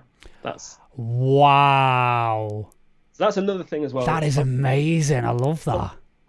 I'm quite stubborn when it comes to sort of software and things, and especially when, like, I'm a huge fan of Apple. I love Apple, but I kind of get quite stubborn in terms of when they make some of the decisions they make can be kind of test my patience, let's say. Not obviously they're not making stuff for me. I know that, but still, it's just kind of like, yeah. So I tried Logic 10 for a bit when it first came out. Absolutely hated it. I've tried to go back to it a few times. I just can't get on board with it. And then there was a point of maybe about 3 or 4 years ago where I was like, actually, I just quite like what I'm doing right now. So why change it? Why continue the kind of like software cycle where you're just constantly kind of evolving with the software? Like, why let that dictate my movements and my decisions? Why I can be I can be in control of it and all that sort of stuff. So so I use Logic 9 basically. That's kind of how I love that. Tell myself that everything's going to be okay. No, I love that because I'll be honest, like I'm on record saying my favorite version of Logic was the first one I learned on in audio engineering college, Logic 7. Yeah, like EMAC. Oh, yeah. It was the first version of. First version that Apple had bought, wasn't it? Yeah, that's right. Yeah, that's right. So it was still technically an eMagic version of the software at that rate, but dude, solid. Yeah. Never crashed. Yeah, Never caused any problems. Was unbelievable. And like, if you actually look at it, I was talking to Rashid about this last week. Honestly, the plugins that you get now, they're kind of the same. Yeah, that's it. I mean, it's almost like we got to a stage, especially in computing, where it's like, well, it's getting harder and harder for them to make things more and more faster and powerful. We've hit almost the level of what a processor can do because they can't just fit anything else on the processor. So therefore, software stops being new and innovative because they can't.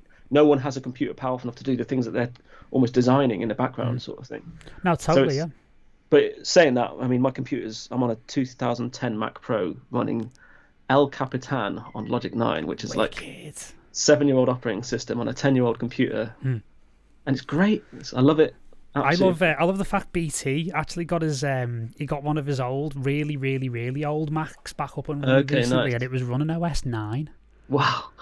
Like, and he still uses it to like load up old sessions and bounce stuff and stuff. It's amazing. Like, and I know people who are like, I've got a friend of mine who's a drum and bass producer, and I think he's only just gone more modern now in the last couple of years. But for the longest time, he was on like Logic 4. Yeah. And his logic, pardon the pun about it, was, well, like Nile Rodgers has like got his Fender. Yeah. Like, and you don't see him change, It's like he knows how to play that instrument intimately.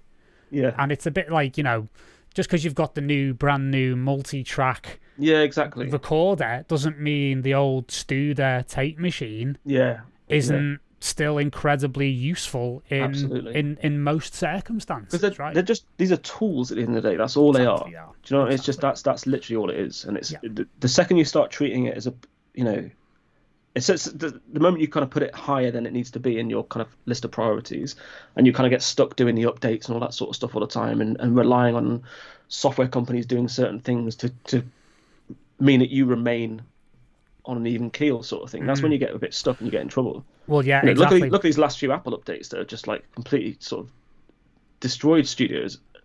In certain respects with kind of software updates and stuff. Oh, and it's not just Apple. It's not just Apple as well. I mean, I've just had that with Ableton.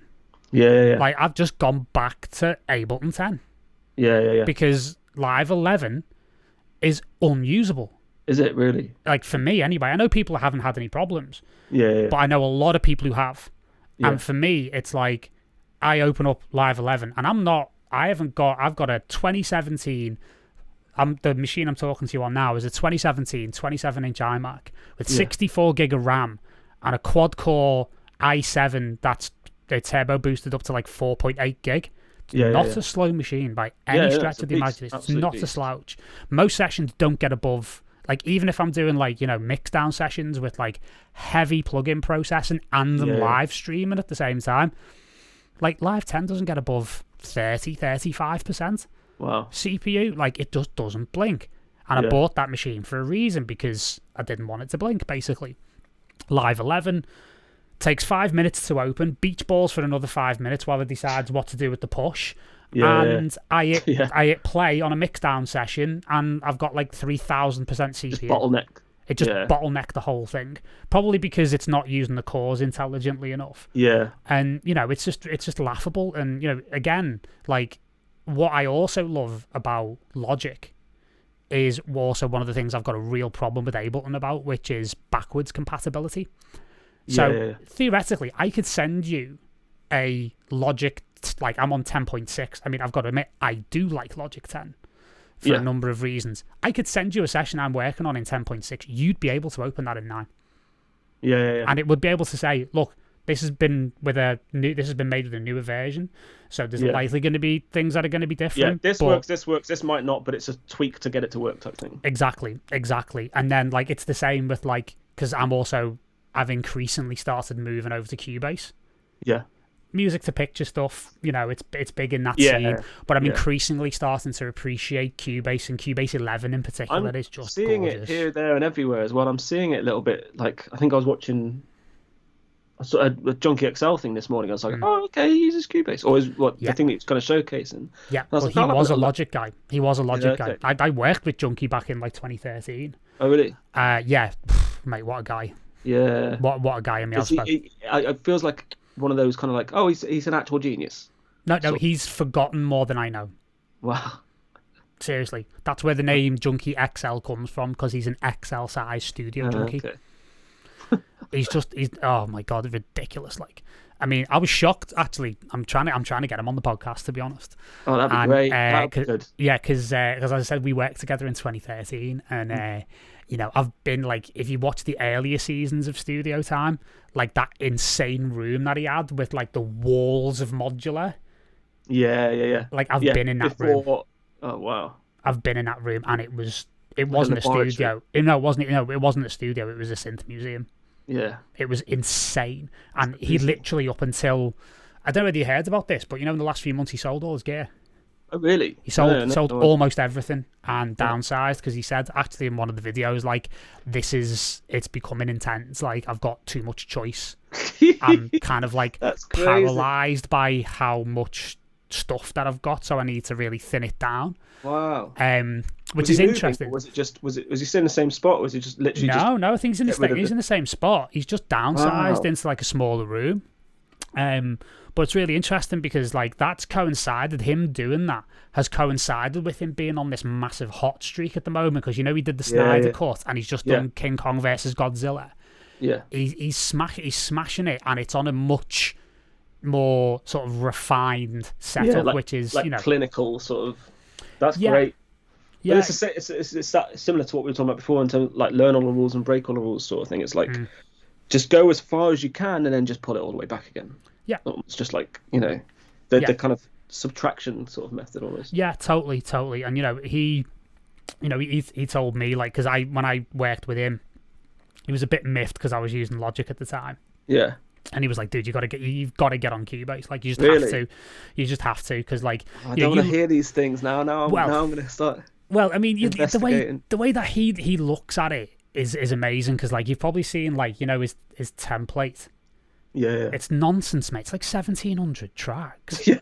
But like I can tell you from first-hand experience of using Cubase 10.5 and Cubase 11, like rock solid. Wow. The most solid DAW I've used probably since Logic 7. Yeah. And some of the things it can do now are just unbelievable. Like, if you look at like Cubase 11, what I love about it is like if I have to output a load of stuff, like especially like you were talking about working in TV and film and stuff. You need bits with music, bits without music, bits with vocals, bits without. You need this in, you need that in, you need that up, you need that down, you need all these different versions. You can actually load all of that into a batch process now. When you bounce the audio and you literally just hit bounce once and it'll just do it all for you in the background. That's genius. Come back 5 minutes later, it's all done. Wow. Stems, stereo masters, stereo pre-masters, whatever you need. Clever. It's so incredible. Obvious as well. At the same time, I was like, oh yeah, why didn't they? And that's why I think you're starting to see it everywhere. Yeah. Yeah, and the script thing with Cubase is big as well, like, being able to do macro controls and all that stuff. So, like, it's increasingly, like, worming its way in there, do you know what I mean? Like, you're able to actually control your DAW completely from the ground up almost, rather than just, like, what they want you to control, I guess. Yeah, basically, yeah. And don't get me wrong, like, I love Ableton. Yeah. But it's like... I've tried to use it and tried to get my head around it a bunch of stuff, because I'm always like, I feel like I should be using it really for the stuff that I do, but it's just it's that thing again where I'm like, I'm not interested in learning a new. I'm like, I'm not interested in trying to learn new software, if that makes sense. I'd rather kind of, it feels like not a waste of time, but it feels like I should be using my time more efficiently than that sort of thing. Yeah. But yeah, I'm also, then the other side of me is kind of torn between, like, I'll hear some of my songs and then I'll hear some other people's songs, and I'm like, I feel like I can hear when people have used Ableton. I feel like it's got in my head, and I don't know if this is kind of like whatever the word is, psychosomatic or whatever. Placebo effect. Placebo effect, yeah, and just absolute, complete and utter bullshit. And I know it is. Yeah. But at the same time, it's definitely not. It's definitely true. It sounds better. Ableton sounds better than Logic. I'm sure of it. I'm certain of it. I've gone to the lengths of like kind of like, you know, sort of trying to create the same sort, like creating the same tracks, bouncing them, bringing them into a DAW, phase inverting to see if there are kind of artifacts, and there have been artifacts. And I've done very kind of rudimental, kind of like rudimental sort of test sort of thing. But I feel like I don't know, it just sounds better. I mean, I actually think it's the other way around. Do you reckon? I think Ableton have definitely closed the gap. Like, I all but stopped using Ableton from Live 9. Okay, yeah. Live 8, Live 7, Live 8, I didn't even use them. Yeah. When you consider I go back as far as like my first version of Ableton was Live 3. Yeah. Right? And I personally thought that it became... It sounded so bad it was unusable, quite frankly. Wow. And I just forgot about Ableton for a number of years, apart from doing the occasional DJ mix. Yeah. And doing re-edits and stuff, because it was just easier like to do it that way. Just little quick things like that weren't easy to do in Logic at that time. I was completely in Logic. I was completely happy there.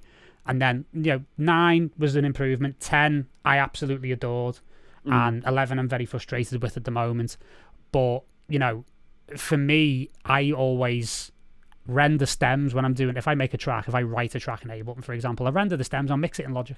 Yeah. Because I do think it's got the edge as a mixer. Yeah. And there's a lot of stuff that, again, I'm now starting to find that Cubase is starting to take over from Logic where my mix downs are concerned. Interesting. Because there's a lot of things within Cubase that I now wish Logic could do.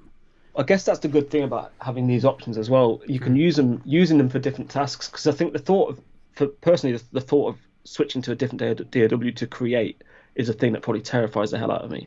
But maybe actually switching in order to mix, in order to then learn, kind of like trick your brain into like, this is how we're going to learn. We're going to mix this track in Cubase. So then you've only got to learn a very refined set of skills to begin with, and then you'll pick up all the other things. Maybe I'll do that. Absolutely. I mean, the way I teach Ableton to people who are either looking to move over to Ableton or learning DAWs for the first time is that I get them to do DJ mixes first.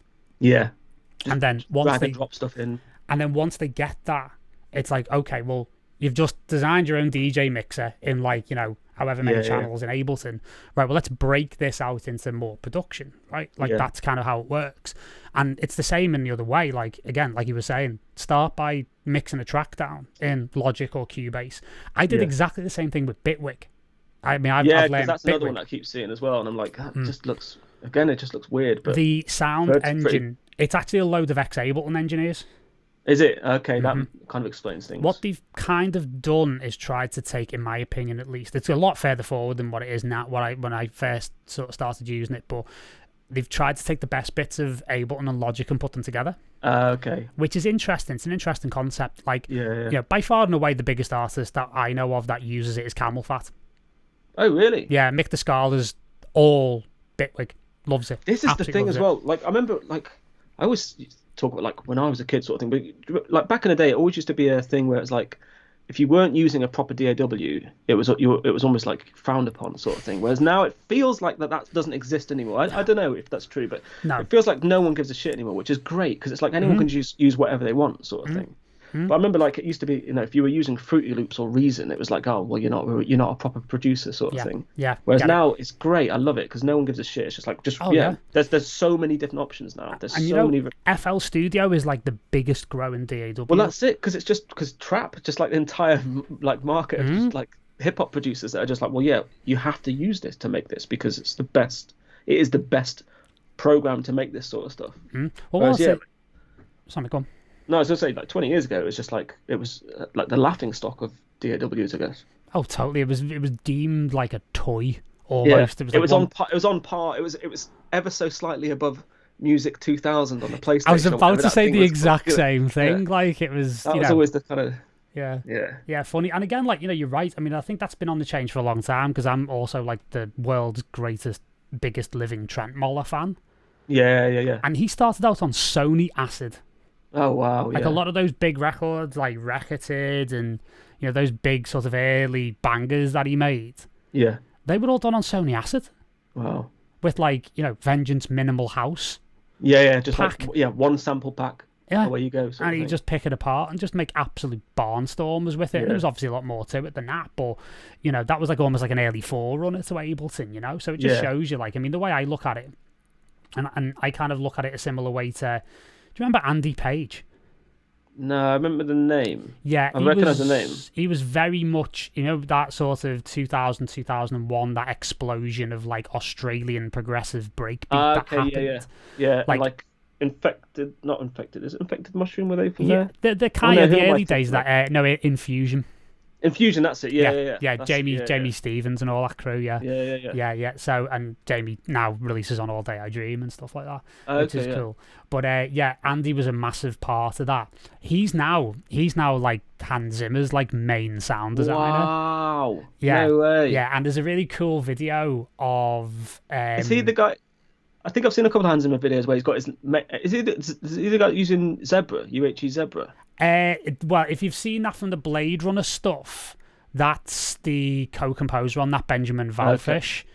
Who's more of like a classical kind of composer. Adapted to electronics. He's great. He's just done the score for Mortal Kombat, believe it or not. Wow. There's one that I saw where it's like Hans Zimmer kind of introduces his assistant, and he just basically creates patches in Zebra, and he's like, "How about this?" And he's just like, "Yep, cool." Yep. Or he'll create it with hardware, and then he'll just recreate it with Zebra, and they'll just take it around to different studios and stuff. Well, that's it. Yeah, Incredible. I mean, that was kind of because I've been mega geeking out on the Blade Runner 2049 score recently, which I think is the single most underrated film score of the last 10 years. Yeah. Like, considering the story of it and everything, but like that is. Well, it was thingy, wasn't it? It was Johan Johansson, wasn't it? That was originally. Yeah. Crazy. Yeah, that whole sort of crazy situation. But that score is overwhelmingly Zebra. Yeah. And with touches of CS80 to augment the original sort of parts from Vangelis. Like, and I've got Zebra and I absolutely love it. I love all the Yuhi stuff. I'm just huge on all of that. So Yuhi, repro. is that what it is? Yeah. Okay, because I had a big debate about this on a Twitch stream that I did. And I was just like, I don't know what it is. I'd heard Yuhi, and then I was like, no, surely it can't be that. But it's anyway. Yeah. Diva's incredible. Massive fan of Diva. Like, I feel like another one as well, like another developer that maybe people came in, maybe Apple came in and were like, we would like to buy you, we'd like you to come and kind of develop stuff for us, sort of thing. And he's probably been like, no, I'm not. I'm making this is my own little thing, because he's just churning out such good software. It's incredible, crazy. incredible. Yeah, and they're very close to Hans and all of that crew. Like, there's like the big sound designers there, like Howard Scarr and Mel Wesson, who was one of the guys who worked on like the Dark Knight stuff and everything else. But yeah, I'm a massive fan of that. I really love the Yuhi stuff. But yeah, it's a huge thing. Like, so with Andy, going back to Andy, which is where we were at, like Andy was on this thing with and it was a Spitfire video, but it was a round table, and it was like with Ramin Djawadi, who did like Game of Thrones, and and Henry Jackman, who's just done like Captain America and the Winter Soldier and all that stuff. And there in the corner, this little Australian guy saying, "Not and it's Andy." No way. Do you know what I mean? Because he mad. did all the sound design for like Dunkirk, and oh wow, he's like Hans's main guy when he does the Hans Zimmer live tour as well. He does all like the live synths and stuff like.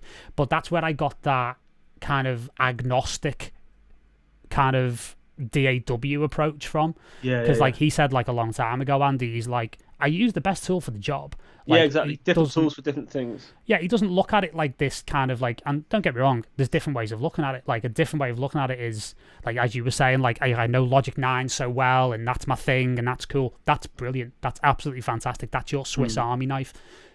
people like Andy, and to a lesser extent myself, I love to look at these things like screwdrivers. Yeah. Like, they are literally, I'm going to find and use the best screwdriver for the job. Yeah. And that's what I'm going to use. And if it's Cubase, great. If it's Logic, great. If it's Ableton, great. If it's FL Studio, doesn't matter. And I've got a whole range. And it's interesting because you end up incorporating different techniques from all of them. Yeah. And after a while, you realise that, they kind of all do the same thing, really, but they just do them in different ways. So it's like slightly different ways. Yeah. So I find that, as I was mentioning before, if it gets a little bit too, a bit too like robotic, I like to switch to AWs. So I'll go and write something in Cubase that I would have normally written in Ableton, because I've got the muscle memory's not there anymore. Like, I can't scratch that itch anymore. I've got to go and do it a different way, which leads me to make different creative choices, has different outcomes, and I might actually discover something in Cubase that I might not have discovered in Ableton. Yeah. And it's just, I was talking, again, like in the last episode with Rashid about this, it's like, I like to, and again, this comes as sort of the conversation comes full circle a little bit. This is where I found like the lockdown thing really tough, because I quite like to shift environments quite a lot, and I am a product of my environment a little bit, and I like to be in different creative spaces. And I like to, like, I find when I create, like if I'm in a different space, I'm in a different studio, for example, or I'm just in a different location, it just brings stuff naturally just something out of new me. Absolutely. I'm the same. Like, I'm constantly shifting stuff. Even just in here, I'm just moving stuff around just to kind of try and create it just a different vibe as much as possible, and keep that. If I can keep that fresh, then the music will stay fresh, sort of thing. But No, amazing. Easier said than done. Oh, of course, mate, of course. So in terms of, because I'm going into a whole thing of like, if he's on Logic 9, like what does his plugin folder look like? Yeah, I've got a fair few bits and bobs. I don't really, and I don't use the Logic stuff at all, because obviously it doesn't sound that great anymore, or it's not as kind of flexible as kind of plugins nowadays, I guess. So I've got Oohee stuff, a lot of FabFilter stuff. I've got the UAD thingy, so this is quite geeky. Nice. So because I've got a 2010 Mac Pro, it obviously doesn't come with Thunderbolt, so I had to get there's a Thunderbolt card, you get a PCI card called Titan Ridge, but you have to flash the card. Right. So it meant I had to flash the firmware on it, so I had to take the whole thing apart and kind of buy this special board thing off Amazon for $10 that I've used once and then never going to use again, because once it's flashed, that's it. But yeah, it's kind of like I quite enjoy that side of things, of just sort of dismantling things in order to kind of get them to work, I guess. So yeah, I've got quite a few UAD bits, and that's pretty much it, really. I try and, some of the tracks they're incredibly busy, but then I realise that I'm trying to do less and less on every single song, And if I open up a project from like a year ago or 18 months ago, it's just 8 or 9 plugins on one strip. That's just, one's doing one thing, the next thing's doing the opposite, the next thing's counteracting that one. It's just like, well, this makes no sense. Just take everything off and whack an EQ on there, and away you go. No, exactly. And if that doesn't work, then it's not the right sound to start with. And you know what? You're totally right. You just took the words right out of my mouth there. It's like, when I start going down that route, or I see others doing that, it's like, maybe we have a sound selection issue that we need to talk about here, Yeah. And like, I'm always like, and I got this from like working with, like, believe it or not, like metal bands. I had all stretched when I was just out of college, where I was like recording bands, and I used to love recording like rock bands, metal bands, just to get experience, basically, more than anything. Yeah. And I always I learned the process of taking time to set things up. Yeah. Like, and bands used to not hate working with me, but like, you'd have to be patient with me, because it was like, absolutely. Okay, this is a 6-hour session, right? Yeah. I'm going to spend the first an hour making first mic placements, 4 hours sometimes. Yeah. I'm going to have the drums in the right place. I'm going to get it to a point where the entire band can play together. Yeah. So you've got the drums in a live room, everybody else in the control room. Everybody can play together, and it is as close as possible to a finished record, just using mic placements and very, very minimal processing and on the board. Like a little bit of EQ, that's it. Not even. It's like filters. Yeah. That's it. No compression, nothing. It's like, okay, I've got to get this as close to as finished as I can get it. Yeah. Because that's going to be the best signal path. It's also going to be the way for me to get the best performance out of the musicians, because if they sound good, then they're going to feel more confident and they're going to feel happier. And I remember this one session I did with this indie band here in Liverpool. Wicked, they're not together anymore, but wicked band. And I spent 4 hours getting this right. Like, I'm talking minute placements of like drum mics and stuff like that. And I'm talking like, okay, I've got the choice of 3 different sets of stereo overheads here. I am going nuts with mics and stuff like that. And by the time we got it right, I was like, right, we're ready to start recording. The band were like chomping at the bit because it sounded amazing. Yeah. And he'd worked with me on this setup, and we literally recorded like a 4-track EP in like an hour and a half. Wow. Of actual like recording time. Yeah. Because they didn't really need many takes because it sounded so good and they were so good playing together. Yeah. And you think about atomizing that process and get the drummer in and do the drums on their own and then do the guitars and then do and that kind of thing. It's like it doesn't work for me. No, not at all. And in the end, like the release version that we did on the EP, the vocals was the supposedly scratch vocal that the vocalist did in the control room during those recordings with an SM58. Wow. Because it had the vibe. Sounded good. Yeah. It just had the vibe, and that's it. That's that sort of stuff that you can never recreate those sort of moments as well. You can never really recreate that kind of experience because it's just it's honest. Yeah. And it's a moment in time. Yeah. It's very much the same, like, sort of going back to working with Sasha and on the See and Delete thing, like we built this hellacious modular rig. Yeah. And we used it in really unique ways. We kind of used it as like, the devil's send and return, basically. Okay, nice. So it was like pumping stuff out of Ableton into the modular, absolutely mangling the living shit out of it, and then returning it back in, rather than it didn't really, like the actual rig itself didn't really have oscillators. It was more envelopes, gates, weird things, reverbs. Destruction unit. Yeah, just a destruction unit. And it was like we very early on realised like we're going to have to keep this in record all the time because we might capture that magic sort of. Exactly. And like honest to God, like try as I might, taking like writing things down, taking photos on my phone, come back the next day, repatch it apparently exactly the same. Didn't sound and it sounds completely different. And again, there's no undo button and there's no save button, right? So you've got what you've got and that's it. So I actually think there's a lot to be said for that. Yeah, definitely. And being able to capture that as like a kind of a moment in time. Yeah. So that's kind of that's always the thing as well with a lot of music, especially in like with our style of music. It's kind of like you need as many kind of mistakes and accidents as possible because it's just not. Otherwise, you can go through kind of charts and things like that, and it's just the same track one after the other sort of thing. There's just so many of those kind of like a particular type of song that's just churned out, and then all of a sudden you'll get one that's just like, okay, yeah, this is. You can almost kind of feel their experience in the studio when they came up with the song when you hear certain music. I always think that about Patrice's music. It's just like I could tell the place he was in when he was doing a certain thing, because there's almost things in it where you're like, oh wow, that particular sound might suddenly jump out from nowhere sort of thing, and it's like, well, that was what happened, and that's staying there for that exact reason sort of thing. It worked like that in the studio, and it's going to stay like that on record sort of thing. No, absolutely. So I tried to kind of rebuild that workflow in electronic music, which is like I've got control of every conceivable option here. Yeah. So therefore, I'll spend 60 to 80% of my time when I'm writing a track purely on sound selection. Yeah. So it gets to such a point where it's like these things fit together. When I arrange the thing, I'm not covering a multitude of sins with excessive automation.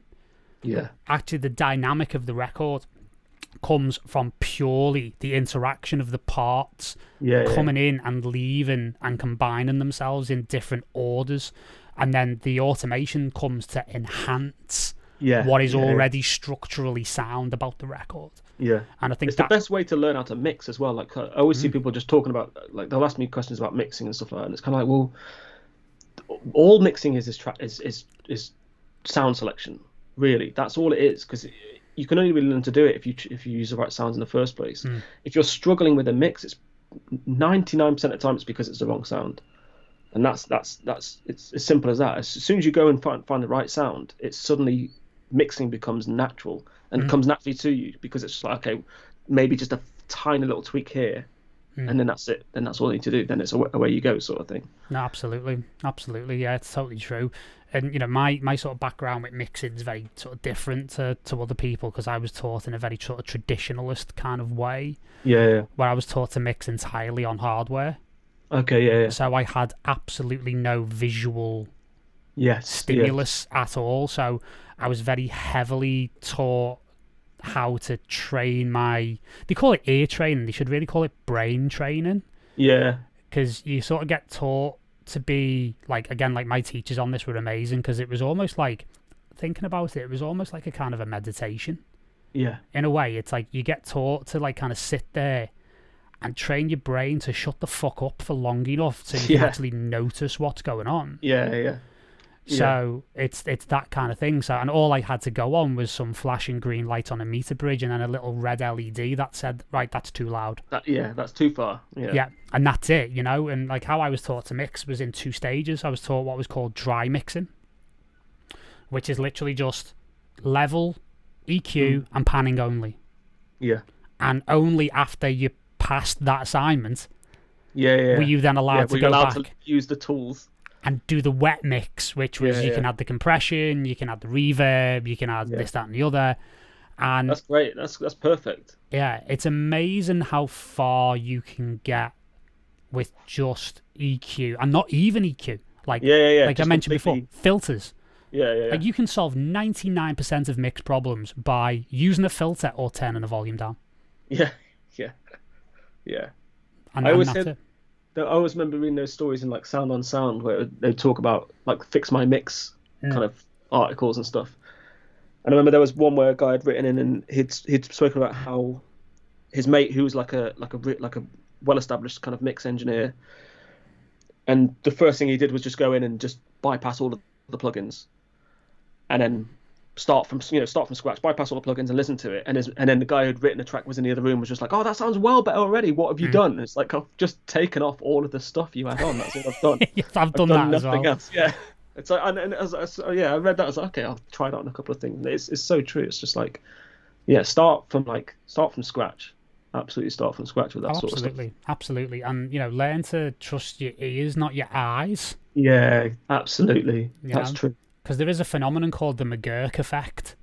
What's that? And it's like, it's an amazing video, actually, that's on YouTube. And it was from, like, one of these sort of geeky BBC science documentary type things. Yeah. And it shows you how your sense of sight and hearing are actually not as reliable as you think. No way. Because it looks like, but it looks like somebody's saying one thing and they're actually saying something different. Oh yeah, I think I've seen a couple of those videos. Mm-hmm.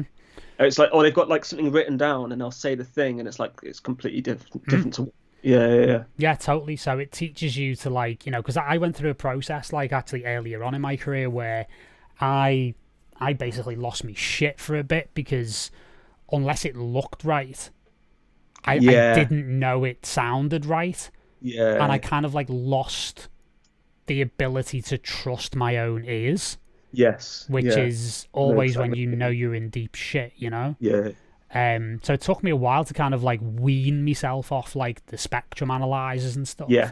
And have like a much more, sounds weird, but like a much more sort of healthy relationship with them, really. Yeah. Because you can really become overly reliant on these things, and everything now, as you know, like everything's so visual now because it's all in the box and and everything else. But like you see the tools that I work with, again, like you use UAD. I'm a big fan of like Slate Digital and Plugin Alliance and all these kind of stuff. Plugin Alliance stuff is incredible. I've got amazing. Their kind of mix and master thing. Yeah, it's phenomenal. But it's another one of those things where I'm like, I just want to use every single thing on every single track in every single possible way. It's like, There's just so much great stuff in there, but it's it's just No, so tempting. totally. So, if you look at a lot of those tools, it's like, yeah, a lot of them largely are hardware emulations, but Yeah, there's no spectrum analyzer anywhere near the vast majority of that stuff. So yeah, I've almost like recreated that workflow yeah, in the box to an extent. yeah, So it allows me to kind of like really analyze, like, and again, it's the old tricks, isn't it? Like turn your screen off when you're listening and, yeah, you know, exactly, yeah. deny Like that's the thing. yourself the Like visual input. I've got one display, and I always see people they've got like multiple displays, and I'll have like the spectrum analyzer on a separate screen and stuff. And I'm always kind of thinking, oh, God, I could put a new display in there. I don't know where I'd put it, but I could have a separate thing. And it's like it's quite nice not having that. It's just I see Logic and that's it sort of thing, and then I'll minimize Logic because I don't want I want the arrangement to kind of I don't want to if I'm doing like a playback of the track start to finish sort of thing. I almost don't want to. I want to be surprised a little bit. I don't want to read it as I'm hearing it, if that makes sense. It's kind of like I want it to feel natural and as natural as possible. But if I'm reading it, if I can visualize it, it's not going to be kind of natural to me at all. I'm going to know where I'm going. I want it to be at least a little bit maybe unpredictable sort of thing. No, totally, yeah, totally. And again, that's the whole exercise of like, taking it into different environments and listening to it there, because it gives you, again, like that shift in environment allows you to shift your perspective on things. Yeah. In a very big way. I mean, yeah, the number of times I'll bounce something and then stick it on SoundCloud or whatever, and I'll go into my bedroom and just play it on my crappy laptop speakers from just lying on my bed. And it's like, this is a completely different song, absolutely completely different song. Not in like a kind of like a sort of technical way. It's just my emotions completely gone, sort of thing. It's just it's like we were talking about before. Like this song's now become its own kind of entity. I'm hearing it for what it is, and I can easily pinpoint the things that I don't like about it. Whereas when I'm sat here right in this chair, it's just you can't see the wood for the trees, sort of. Yeah, it's a bit of a nightmare. No, absolutely. Yeah, it's true. It's absolutely true. So with that being said, like, what does the future hold? What have you got coming out of this this gold mine of a studio of yours? I've got a couple of things. I've written quite a big sort of clubby banger that's coming maybe next month. I think towards the end of next month. And that came from that stage in lockdown when I was just ultimately fed up and just wanted to write something that was. I just wanted to write to remember almost. It was kind of like I'm ready to go back now. I'm ready for everything to start again, sort of thing. So that's coming up next, I think. And then, a few little bits and bobs that are kind of like peppered in for later on in the year that are just about getting over the line now. So we'll see. But just more music, really. Yeah, that's it. I like it when we get a bit cheapish and non-specific because it means something big's coming. Well, it's just, it's also like I tend not to plan that far ahead. I'm just looking forward to writing more music. That's the thing. I'm always just like, well, I enjoy going to bed because I can wake up in the morning and drink coffee and switch my computer on. Do you know what I mean? It's like that's as far as I kind of think ahead, sort of thing. So like it. It's a very good way to live, mate. Yeah. Well, I think it's that thing again. It's like I said before. Like I'm a big fan of Apple and a big fan of Steve Jobs anyway. And his whole kind of perspective on them and their direction was all about kind of like it's the journey, not the destination. And it's kind of, and for me, that's a big part of everything that I'm doing with music, with music and outside as well. It's kind of like, well, I'm not really fussed about that thing that's pretty much out of my hands now. Like I have ambitions and things that I want to do, but it's easier just to kind of think about right now, what can I do right now to kind of enjoy myself effectively. And it always ultimately involves writing music. So yeah, that's just kind of has been and will only ever be the focus, I think. Absolutely. So is touring on the horizon when like things to, go back to where they are? Yeah, as soon as we can, I'd like to just get back out there and just play as many shows as possible. I have an incredible horrendous anxiety when it comes to performing and DJing now that I need to work on. That's like the kind of like I feel like I'm in complete control of every single aspect of my life apart from this one thing, and it drives me absolutely insane. And I get like supremely nervous and anxious when it comes to DJing and performing, that I just kind of want to shake. Yeah, that's interesting. It's weird because I've always had it. I've always, like a few years ago, about 5 years ago, I was supporting my friend in his band. My mate Will is a tourist, musician tourist.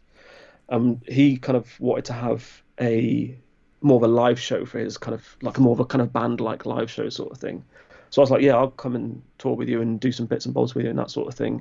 And every single show, 5 minutes before the show, I was just like the worst position I could ever possibly be in. As soon as I start playing, everything's fine.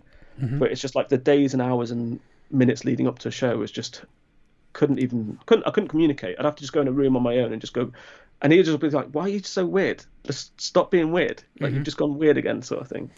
And yeah, we could have a whole other podcast just dedicated to that, mate, because I'm really into that and helping artists with that. It's quite an interesting thing because I'm completely the opposite. I mean, I've had that, but learned to let go of it quite sort of decisively. That's the thing. Like, I feel like the only thing that really gets me through is the fact that it's like because I'm so not confident, but I'm so assured in every other aspect of my life. It's just an emotion, so I can deal with it. It's fine. Do you know what I mean? It's like a bad trip or something. It's just like I'm okay in this situation because I know what I've done to myself, so it's fine. I'll ride it out and I'll be okay. So yeah, I'm not massively worried about it, but there's a few shows that I've already got booked in for like later on in the year, and I'm just like, I know that I'm going to be an absolute wreck the days and hours leading up to that. Well, are you a big reader? Yeah. Well, not enough, but yeah. Well, I would recommend if you're looking to kind of maybe investigate that a little more. The book that really turned it for me was a book called Clarity by a guy called Jamie Smart. Okay. And that was one of those. I read the book. It completely changed my life, and through circumstances, shall we say, I ended up like becoming friends with him. The author. Incredible. And to wrap a little bit of football in it, it's like, you know, that season for Liverpool where Daniel Sturridge just absolutely unbelievable, dominated. Unstoppable. Well, it was after he read that book. Wow. No way. Yeah. He actually, how I heard about the book was, I think he scored a hat-trick against Fulham one day. And he walked into the post-match press conference with a copy of that book in his hand, and he literally said, "This book's completely changed the way I play football." Incredible. Like it's an amazing thing, and it's very relevant to music. He's actually he's helped DJs as well with that kind of thing. DJ Crust, the drum and bass guy, is a massive sort of proponent of that. Like, he's read it, loves it, spoken to Jamie, that kind of thing. I want to try and get Jamie on the podcast at some stage, because the principles of like what he teaches are so powerful. And just what you were saying about like, you know, even though you're fit to be tied basically 5 minutes before you go on stage, as long as you understand that, you know, you've got exactly what you need in that moment, then you're going to be okay. It's the people who try and control every single last element of that are the people who get themselves into trouble. That's interesting. I'm gonna check it out. Yeah, it's very interesting. It's a great book, and it's as I say, it's something I kind of revisit. There's been shows that I've done before where I'm like, and that's the other thing about, you know, this whole industry is like, you can't say no, because you'll never get asked again. Do you know what I mean? It's like similar with like film for sound film and all that sort of stuff. Like, the second you say no, you're just out of that little black book. Then you don't go, but no one goes back to you, sort of thing. And I've always felt that, you know, that's one of the biggest pressures in this sort of industry. Is like, well, I can't turn down gig opportunities. I can't turn down show opportunities. I can't say no to a promoter unless it's, you know, for a very good reason. But do you know what I mean? It's like, and there's been shows that I've done before where I've been like on the way to the venue thinking, okay, how can I get out of this now? And it's like, I'm on in like an hour and a half, and I'm thinking, I hate this feeling right now. The only way to stop this is not to do the thing. How do I get out of doing the thing without saying I don't want to do the thing? Do you know what I mean? It's kind of, but thankfully I've never done that. I've just plugged away and it's been fine. But I'll check it out. Yeah, I feel that. I've felt that myself, and occasionally it always comes up. It's a very normal and a very human thing to feel. Yeah. I think it also as well, I think where people do get into trouble with that is when they start judging themselves over feeling that way. And I think it's really important to maybe like just you know, be very sort of gentle and kind of kind to yourself on that one. I think I've had some wonderful experiences on different kinds of, probably not really allowed to talk about drugs on here, but yes, we are. What, mushrooms and that? Yeah, well, yeah, exactly.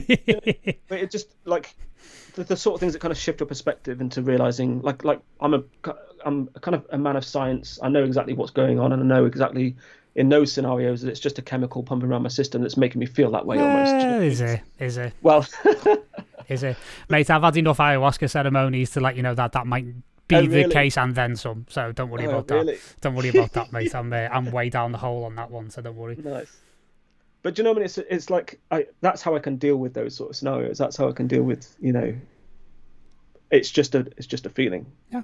There's nothing to worry about. It's just a feeling. Well, it's a manifestation of your thoughts at the end of the day. Like thoughts become things, basically. And if you understand the root of where those things come from, then everything's okay. You can kind of just, again, that's what meditation really gives you. It's like you get an emotion or a feeling, and it's like, it's just a car passing you on the road. Just let it go. Like, what are you going to be, the dog that chases the car? And to use the Heath.